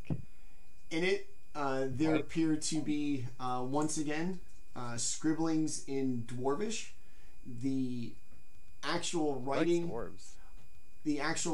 on the page appears to be like frost, not ink, not any kind of paint, but frosted cutouts in the pages. That if you held it up to the light, it just looks like panels of ice. And most of it doesn't make any sense. It's all in Dwarvish. There appear to be drawings of mechanisms like you saw in the Black Cabin, where Orryn disappeared for a little bit. The dwarf fetish. And in the middle, there is writing in common. It says, "The prayer of the devoted, the rime of the Frostmaiden. We bow to she who wears the crown. Let the world shiver with dread. Clad in winter's whitest gown, her snow enshrouds the dead. Her fury sheds but frozen tears as gray clouds issue forth. Her wind across the wasteland shears, bringing blizzards from the north. Ice-kissed flowers caught mid-bloom, beauty kept all in its grace. Summer's gone to its silent tomb, stilling in her cold embrace. All the world in winter's white, sheathed in sleet and ice. Set upon never-ending night, she conjures paradise. Behold her everlasting rhyme, see how it covers all. Weep not for those she traps in time, behind her glacial wall. Sovereign of summer's lost, general of winter's war, long live the queen of cold and frost, may she reign forevermore."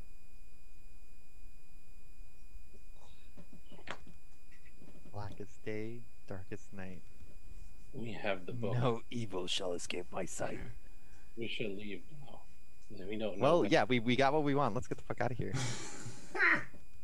If this place disappears with us in it, we will. Yeah, fall. right. We yeah, that too. Okay. As you... Also, Go. yeah, I mean, yeah, we have nothing else to do here, outside of die attempting to fight the Ice Queen. Okay. Yes. For now. As you make your way back up these stairs to the second floor, main floor, castle floor. Oh, I gotta find the maps here. Yep. You make your way back up the stairs into kind of an odd room at the end of the hallway.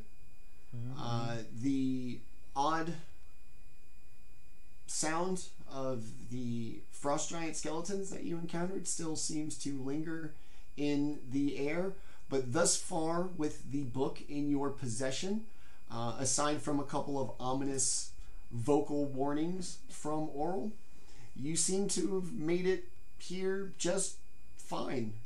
Nothing seems to have stopped you, nothing seems to have changed other than the odd little threats she seems to have issued. I heed that as not saving in my role-playing game, and I will continue on. Okay. Nothing bad's gonna happen with that ominous warning. Out the front door and back down the stairs on the icy crystal blue road, from somebody's bag you hear... Mine. Okay. Why, that appears to be quite the book. I would love to read it one day. Whose bag did it come from? Mine. I've got the sphere. Oh, is it coming from the sphere? Oh, right. Oh, but wait, but we're supposed to. Well, it's so. Okay, so we found both the things that we were looking for. Are both of them for? No, the sphere is for Harple. Okay. And the book is to save the world. Yeah, but why do we take the book? Where do we take the book? We were supposed to. We needed the prayer of Arl. Just the prayer, but we got the whole fucking book. So maybe it's going to be hard to memorize such a long prayer. So we took the whole. I mean, nobody seems to mind. We're gonna spread the Arl word Wink, Yeah. wink. Hey, if nobody's got any objections about this, we're Wink, wink. Yeah. Onward, Arl soldiers. Yes, we're. Listen. Okay. Oh, right. No, she did say. Harpo was the one that said we needed the book for something. It's not for Yeah. her, but we need it for to unlock the way or She whatever. basically said we need the book. It's gonna be like a key or whatever. Yeah. Got it. Okay, but she wants the orb. Here, yeah. Yeah. Okay. Well, is the sphere talking to us?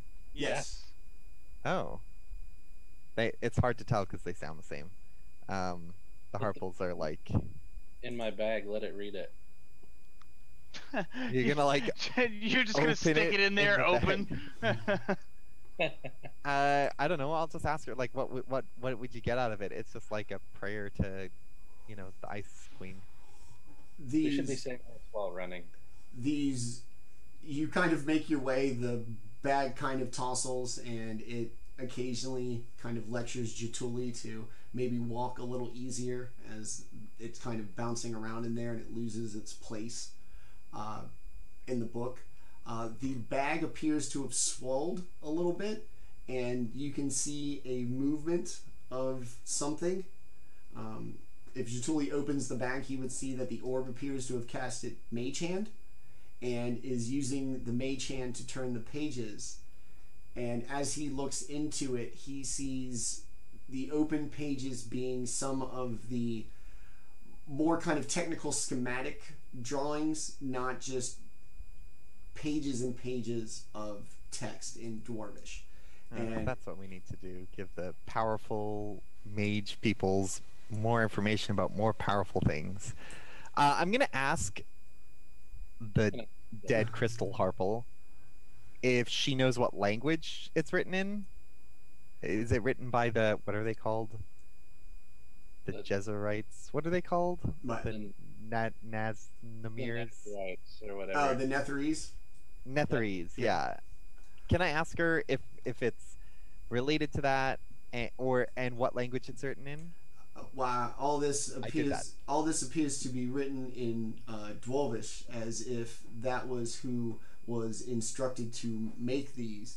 But I have no doubt that these are Netherese inventions that the dwarves attempted to replicate to perhaps varying amounts of success, and these are really quite fascinating beyond even my eternal knowledge and comprehension.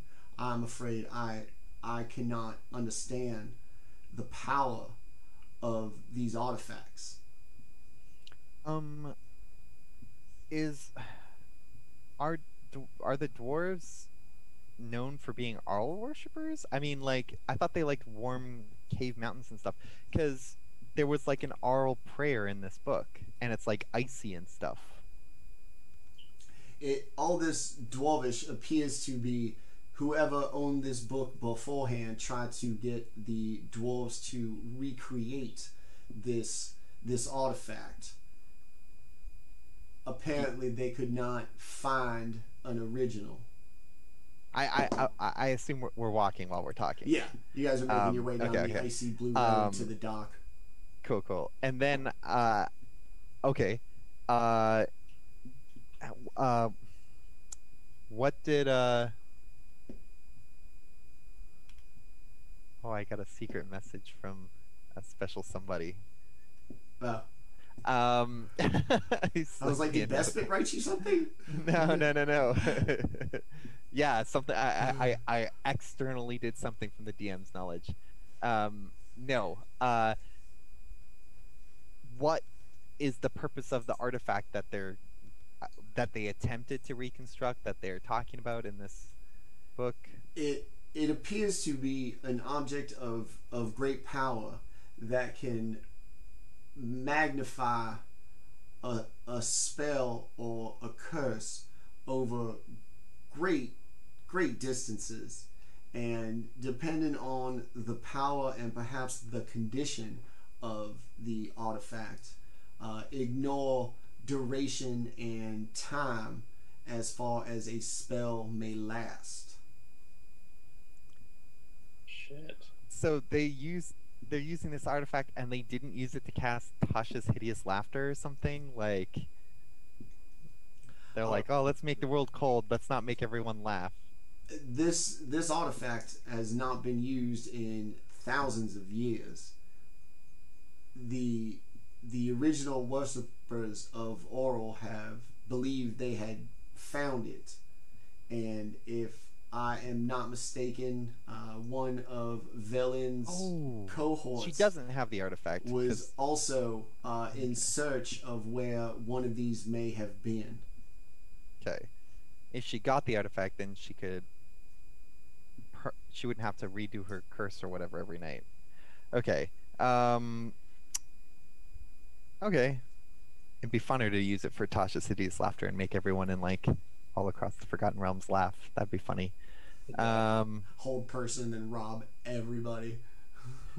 Or you could literally, like the gauntlet that Orryn has, you could literally use it and like cast Disintegrate on everybody, and you know, half the people would probably fail their DC saves. And Thanos has entered the chat. This motherfucker's spitting. Okay. So we're getting an idea here. It empowers magic and spreads it.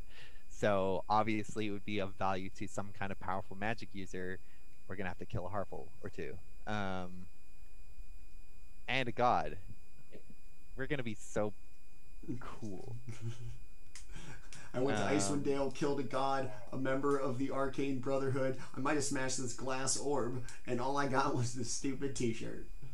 See, or you could cast Death Ward on everyone, and then everyone would think that they couldn't die, like in that Family Guy episode, but actually they can only not die once, and then a bunch of people would accidentally die, thinking that they couldn't die.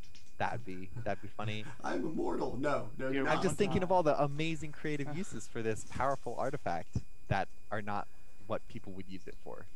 Calm emotions, solve world anger and wars and everything. Everyone's just like, Prestidigitation to open every thaumaturgy to open every single door in the world. You can never close a door again. They always just slam open. As you make your way along the frozen blue ice road back to the dock, everybody give me a perception check, please.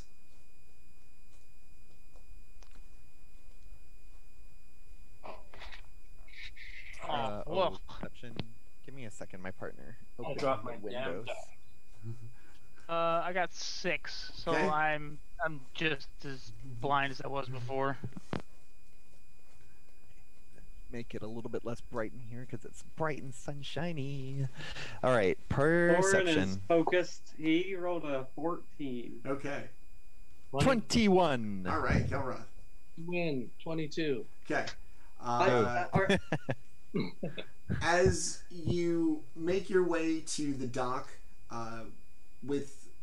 prior to your entering Grimscale, the majority of your light was provided by the A, full moon, and B, the very bright and vivid aurora that you saw Orryn and her bird paint when you were in the frozen garden. As you make your way, it slowly becomes apparent that the phases of the moon have shifted considerably. The aurora has somewhat trailed off from the top of the castle, and as you kind of make your way to the shore, through the darkness and the fog and just kind of the general nastiness of view from the weather, it appears that over the main land of Icewind Dale, across the sea of moving ice, that a cloud has settled in over the land, and every once in a while from behind the clouds, the mist, the fog, a very vivid, stark blue light can be seen, like lightning through a cloud in the distance. And as you make your way to the dock, the hole in the ice that you came up through seems to have frozen closed. And a little letter sits on one of the pilings on the end of the dock. Well, I'm not reading that. I'll work on the hole. Smash. You begin to smash on the ice. It's grown pretty thick. Jaatuuli, give me a survival check, please. Alright, also someone read the dang note. Okay. Let's see. Or Orryn can read though. Okay. Jaatuuli survival check.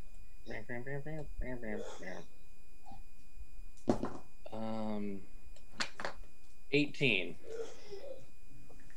As a resident of Icewind Dale, familiar with its climate, and as somebody who also has hunted whales in these areas before, you know how long a hole of the size of the one you came through would take to freeze up based on how thick the ice is as you kind of smash at it. And your senses tell you it has probably been about 4 days. Judging by how the phases of the moon has changed, and this once pretty prominent hole that a whale punched up through is now frozen over and solid. And as you kind of pound at the ice, it's a little too thick for you just to kind of immediately smash through. It begins to shatter into smaller and smaller pieces. And as you continue to kind of wail at it, a very dark shadow starts to grow in size under the ice. Run! Oh shit. I'm just gonna grab the note, read it. I don't know what's coming under. But I'll cut it if I have to. What are you gonna do as the shadow grows bigger? Stand there and stare at it like an idiot. I'm gonna need a dexterity saving throw from you, please. Okay. But because I'm looking at it, I get an advantage. It's pretty big. That was a well thought out execution. So you thought I was just being purely stupid, but saved myself a little bit. Method to my madness. All right, I got an 18 dexterity save. As the shadow grows bigger and appears to come closer, you manage to jump out of the way as the whale pops his enormous head through the ice, splashing water and sending huge chunks of frozen sea ice into the air. I was worried you were never coming back. You have been gone for many days. Are you ready to go home? Yes, please. I guess so. I mean, you almost... Jeez. You almost just killed me. Very well. Let us return to He's like, I'll kill you. your wizard your wizard friend. Yes, please. And How many days went by? At least 4. Weren't we only gone for like hours? You thought. the But whale, it was more like... Alright, well. the whale fine, with magic. everyone on its back submerges. The kind of air bubble magic one appears over you as you once again make your way back to the mainland of Icewind Dale, past Good. all of the things you had seen before. The waters seem much more devoid of any sea life, large or small. Good. Eventually, you pop out back on the shore with the post and the bell. Poke back through the ice. The whale maneuvers so that you can get off. I sure hope that you end this curse soon. Being awakened is not as easy as it would seem. The burden of free will and thought is more than I care to undertake. As everybody steps off, farewell. Under the water it goes, Bye-bye. splashing cold water up. And out of the darkness, you hear a very hustled and kind of frantic voice. You are back. Do you have my orb? I've so been waiting for its return. Was it her orb? Yeah. I'll reach into my bag and She show it to her. comes out. I always knew you were quite capable, the four of you, which is why we have joined forces in this endeavor. I thank you, and you do have my absolute deepest gratitude for the return of this priceless family artifact. Good evening, Professor. I'm so glad to see you again, and I believe our time has come for me to step out of my family's shadow and take my rightful place at the head and top of the great wizards of my family. And I knew that you would be there for this moment, Professor. And I think it is time. She takes it and she puts it in her little satchel. The kind of inner fighting of the kobolds can be heard off in the darkness, and some stamping of feet as your axe beaks appear from the darkness. Little blood on their beaks, a couple of little tufts missing feathers, but otherwise no worse for wear. In fact, they even seem a little excited to see you. In addition to my orb, did you manage to get the prayer? Yep. Well, I would sure like to see the book, if I may. And she holds out her hand. I don't have the book. I've got the book. Orryn. Oh. Oh. I've got the book. You've got the letter. Oh. I mean, we put the book in my backpack so the orb could read it.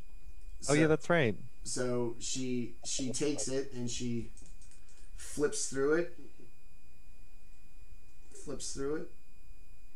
Pulls the orb out again, and she kind of whispers to it, and you hear it whisper back. Very well. The book whispers? The orb. She, Oh, okay. She like whispers to it, and it whispers back. Okay. Can't really hear, and she holds on to the book. I'm afraid that despite your true nature and your valid attempts at ending this curse, that at this point you are clearly above your depth, and as I may need help in securing this artifact, I have made it so that Oswindale can be safe again. And for all who have sacrificed their time, their effort, their body, maybe even their lives in the attempt to rid this land of its curse. I would make sure that you are top amongst them and the most revered for all that you have given and all that you may have yet to give, despite your impending fate. And as she says that, she steps back. The kobolds step in front of her, growling and snarling, and a very rhythmic, metal-tinged sound of marching footsteps emerges out of the darkness. Black tabard, red insignia on their chests. In the name of Dagalt Neverember, Open Lord of Waterdeep, Lord of Neverwinter, the Flaming Fist places you all under arrest. Large group, spears out. 60 men emerge from the darkness. I do offer you my most sincerest apologies, but it was you or I, and you're a with bitch. The power I possess, I could not entrust the safety and the ridding of this curse to the gamble that is yourselves. I will take it from here. Your effort will not be in vain. These people will be saved, and I thank you.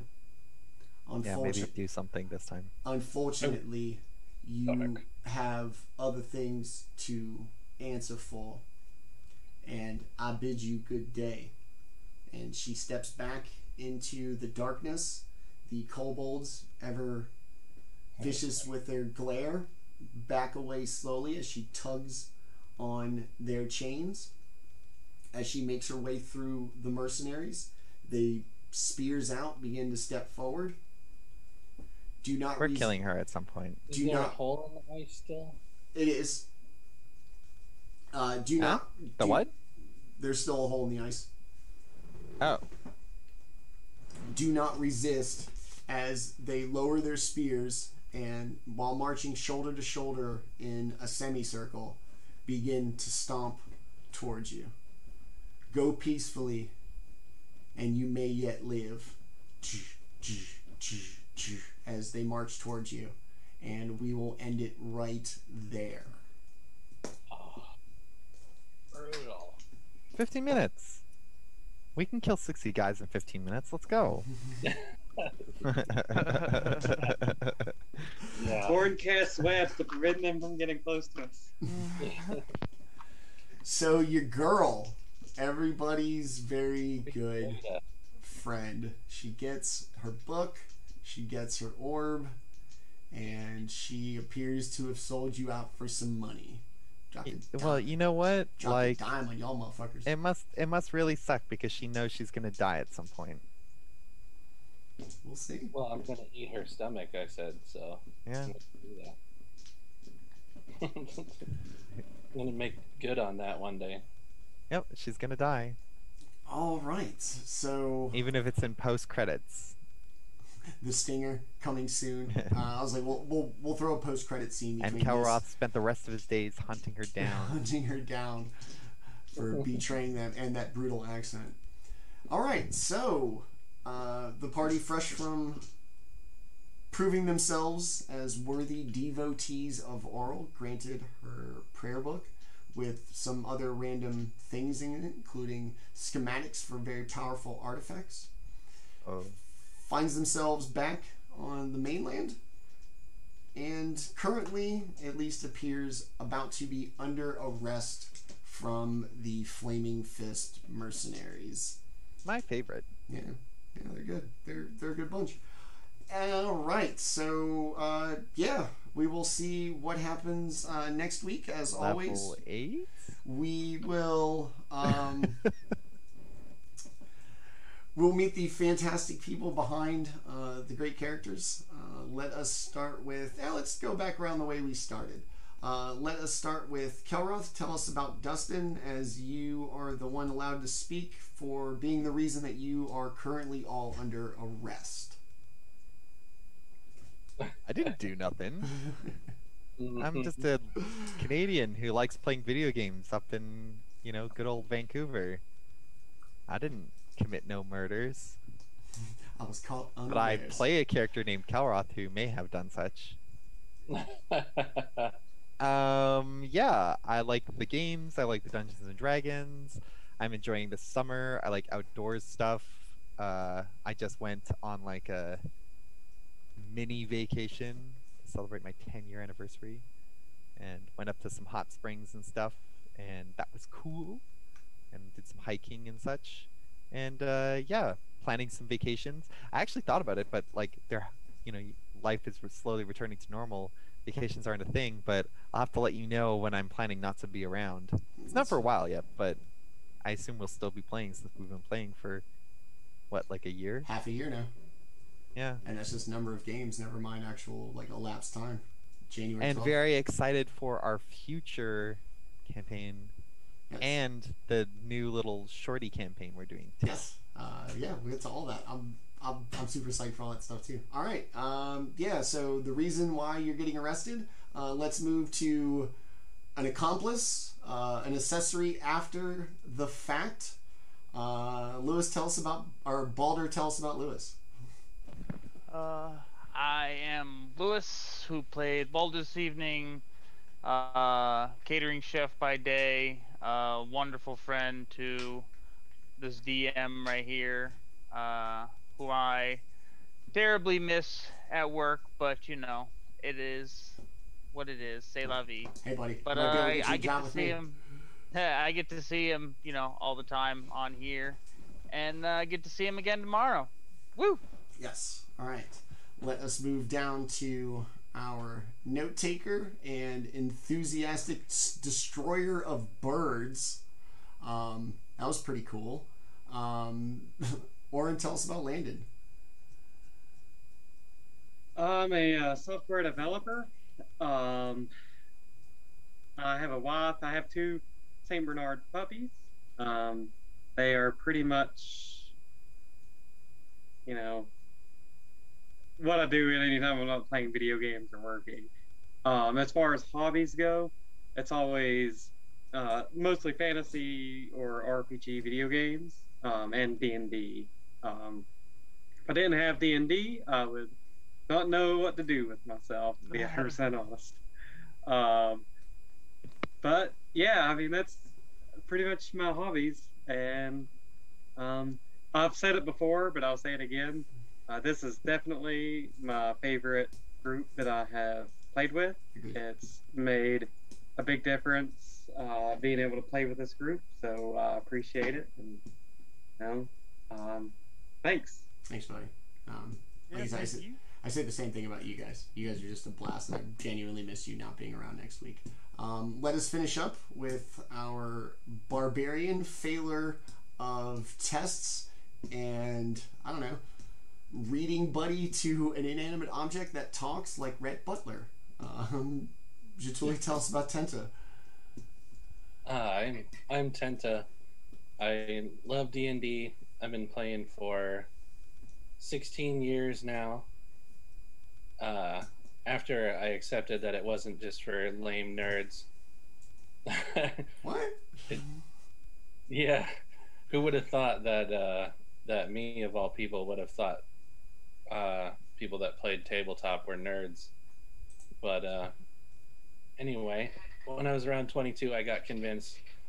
And yeah, now I'll punch anyone in the mouth who doesn't like tabletop and take that. And I love these guys. I can't wait for more gaming. Last week sucked. I'm so glad to be back at it. That's awesome.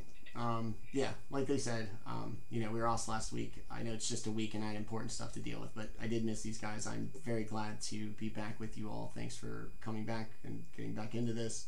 To everybody who watched tonight, thank you very much for catching us on the our first episode back. Now, as everybody alluded to earlier, starting for the next 4 Wednesdays, starting tomorrow night, join all of us, all 5 of us, those 4, myself, playing as a party in Artis ad Solem, Lisa Bronwyn's little mini kind of ode to Barovia and Curse of Strahd, where we will, for the first time ever, all get to play together with a fabulous DM who is so generous with her time and her creativity and her passion that we cannot thank her enough for coming in and doing this for us. So that will be tomorrow night, Wednesday, 7 p.m. Here on the channel, and for the next Wednesday, tomorrow, and then the 3 Wednesdays that follow. Right after that, we will lead up to our big season finale of One-Shot Wednesdays with our 4-part assault on Mount Celestia. I believe we're going Life, War, Death, or Life, Death, War will be the first 3 episodes. The last one will be Ascension, which is kind of a mystery 4th episode that will make more sense as the time goes on. Thanks to everybody who watched tonight. Thank you to Real Celeste, our newest follower. Really appreciate it. Like I said, tune in tomorrow night for One Shot Wednesdays, the beginning of watching all of us get to play together. You get to see what I know about playing. The answer is nothing. With these great guys, I'm so excited. I'm going to be the weak link and going to totally shit my Dungeon Master credibility to death. So if we don't see you tomorrow night, hopefully we will see you next Tuesday right back here, episode 27, Twilight Malediction, with the party currently under arrest. Everybody, thanks for watching. Hopefully we will see you tomorrow night for Artis ad Solem. And if not, we'll see you next week. Everybody have a great night. Bye!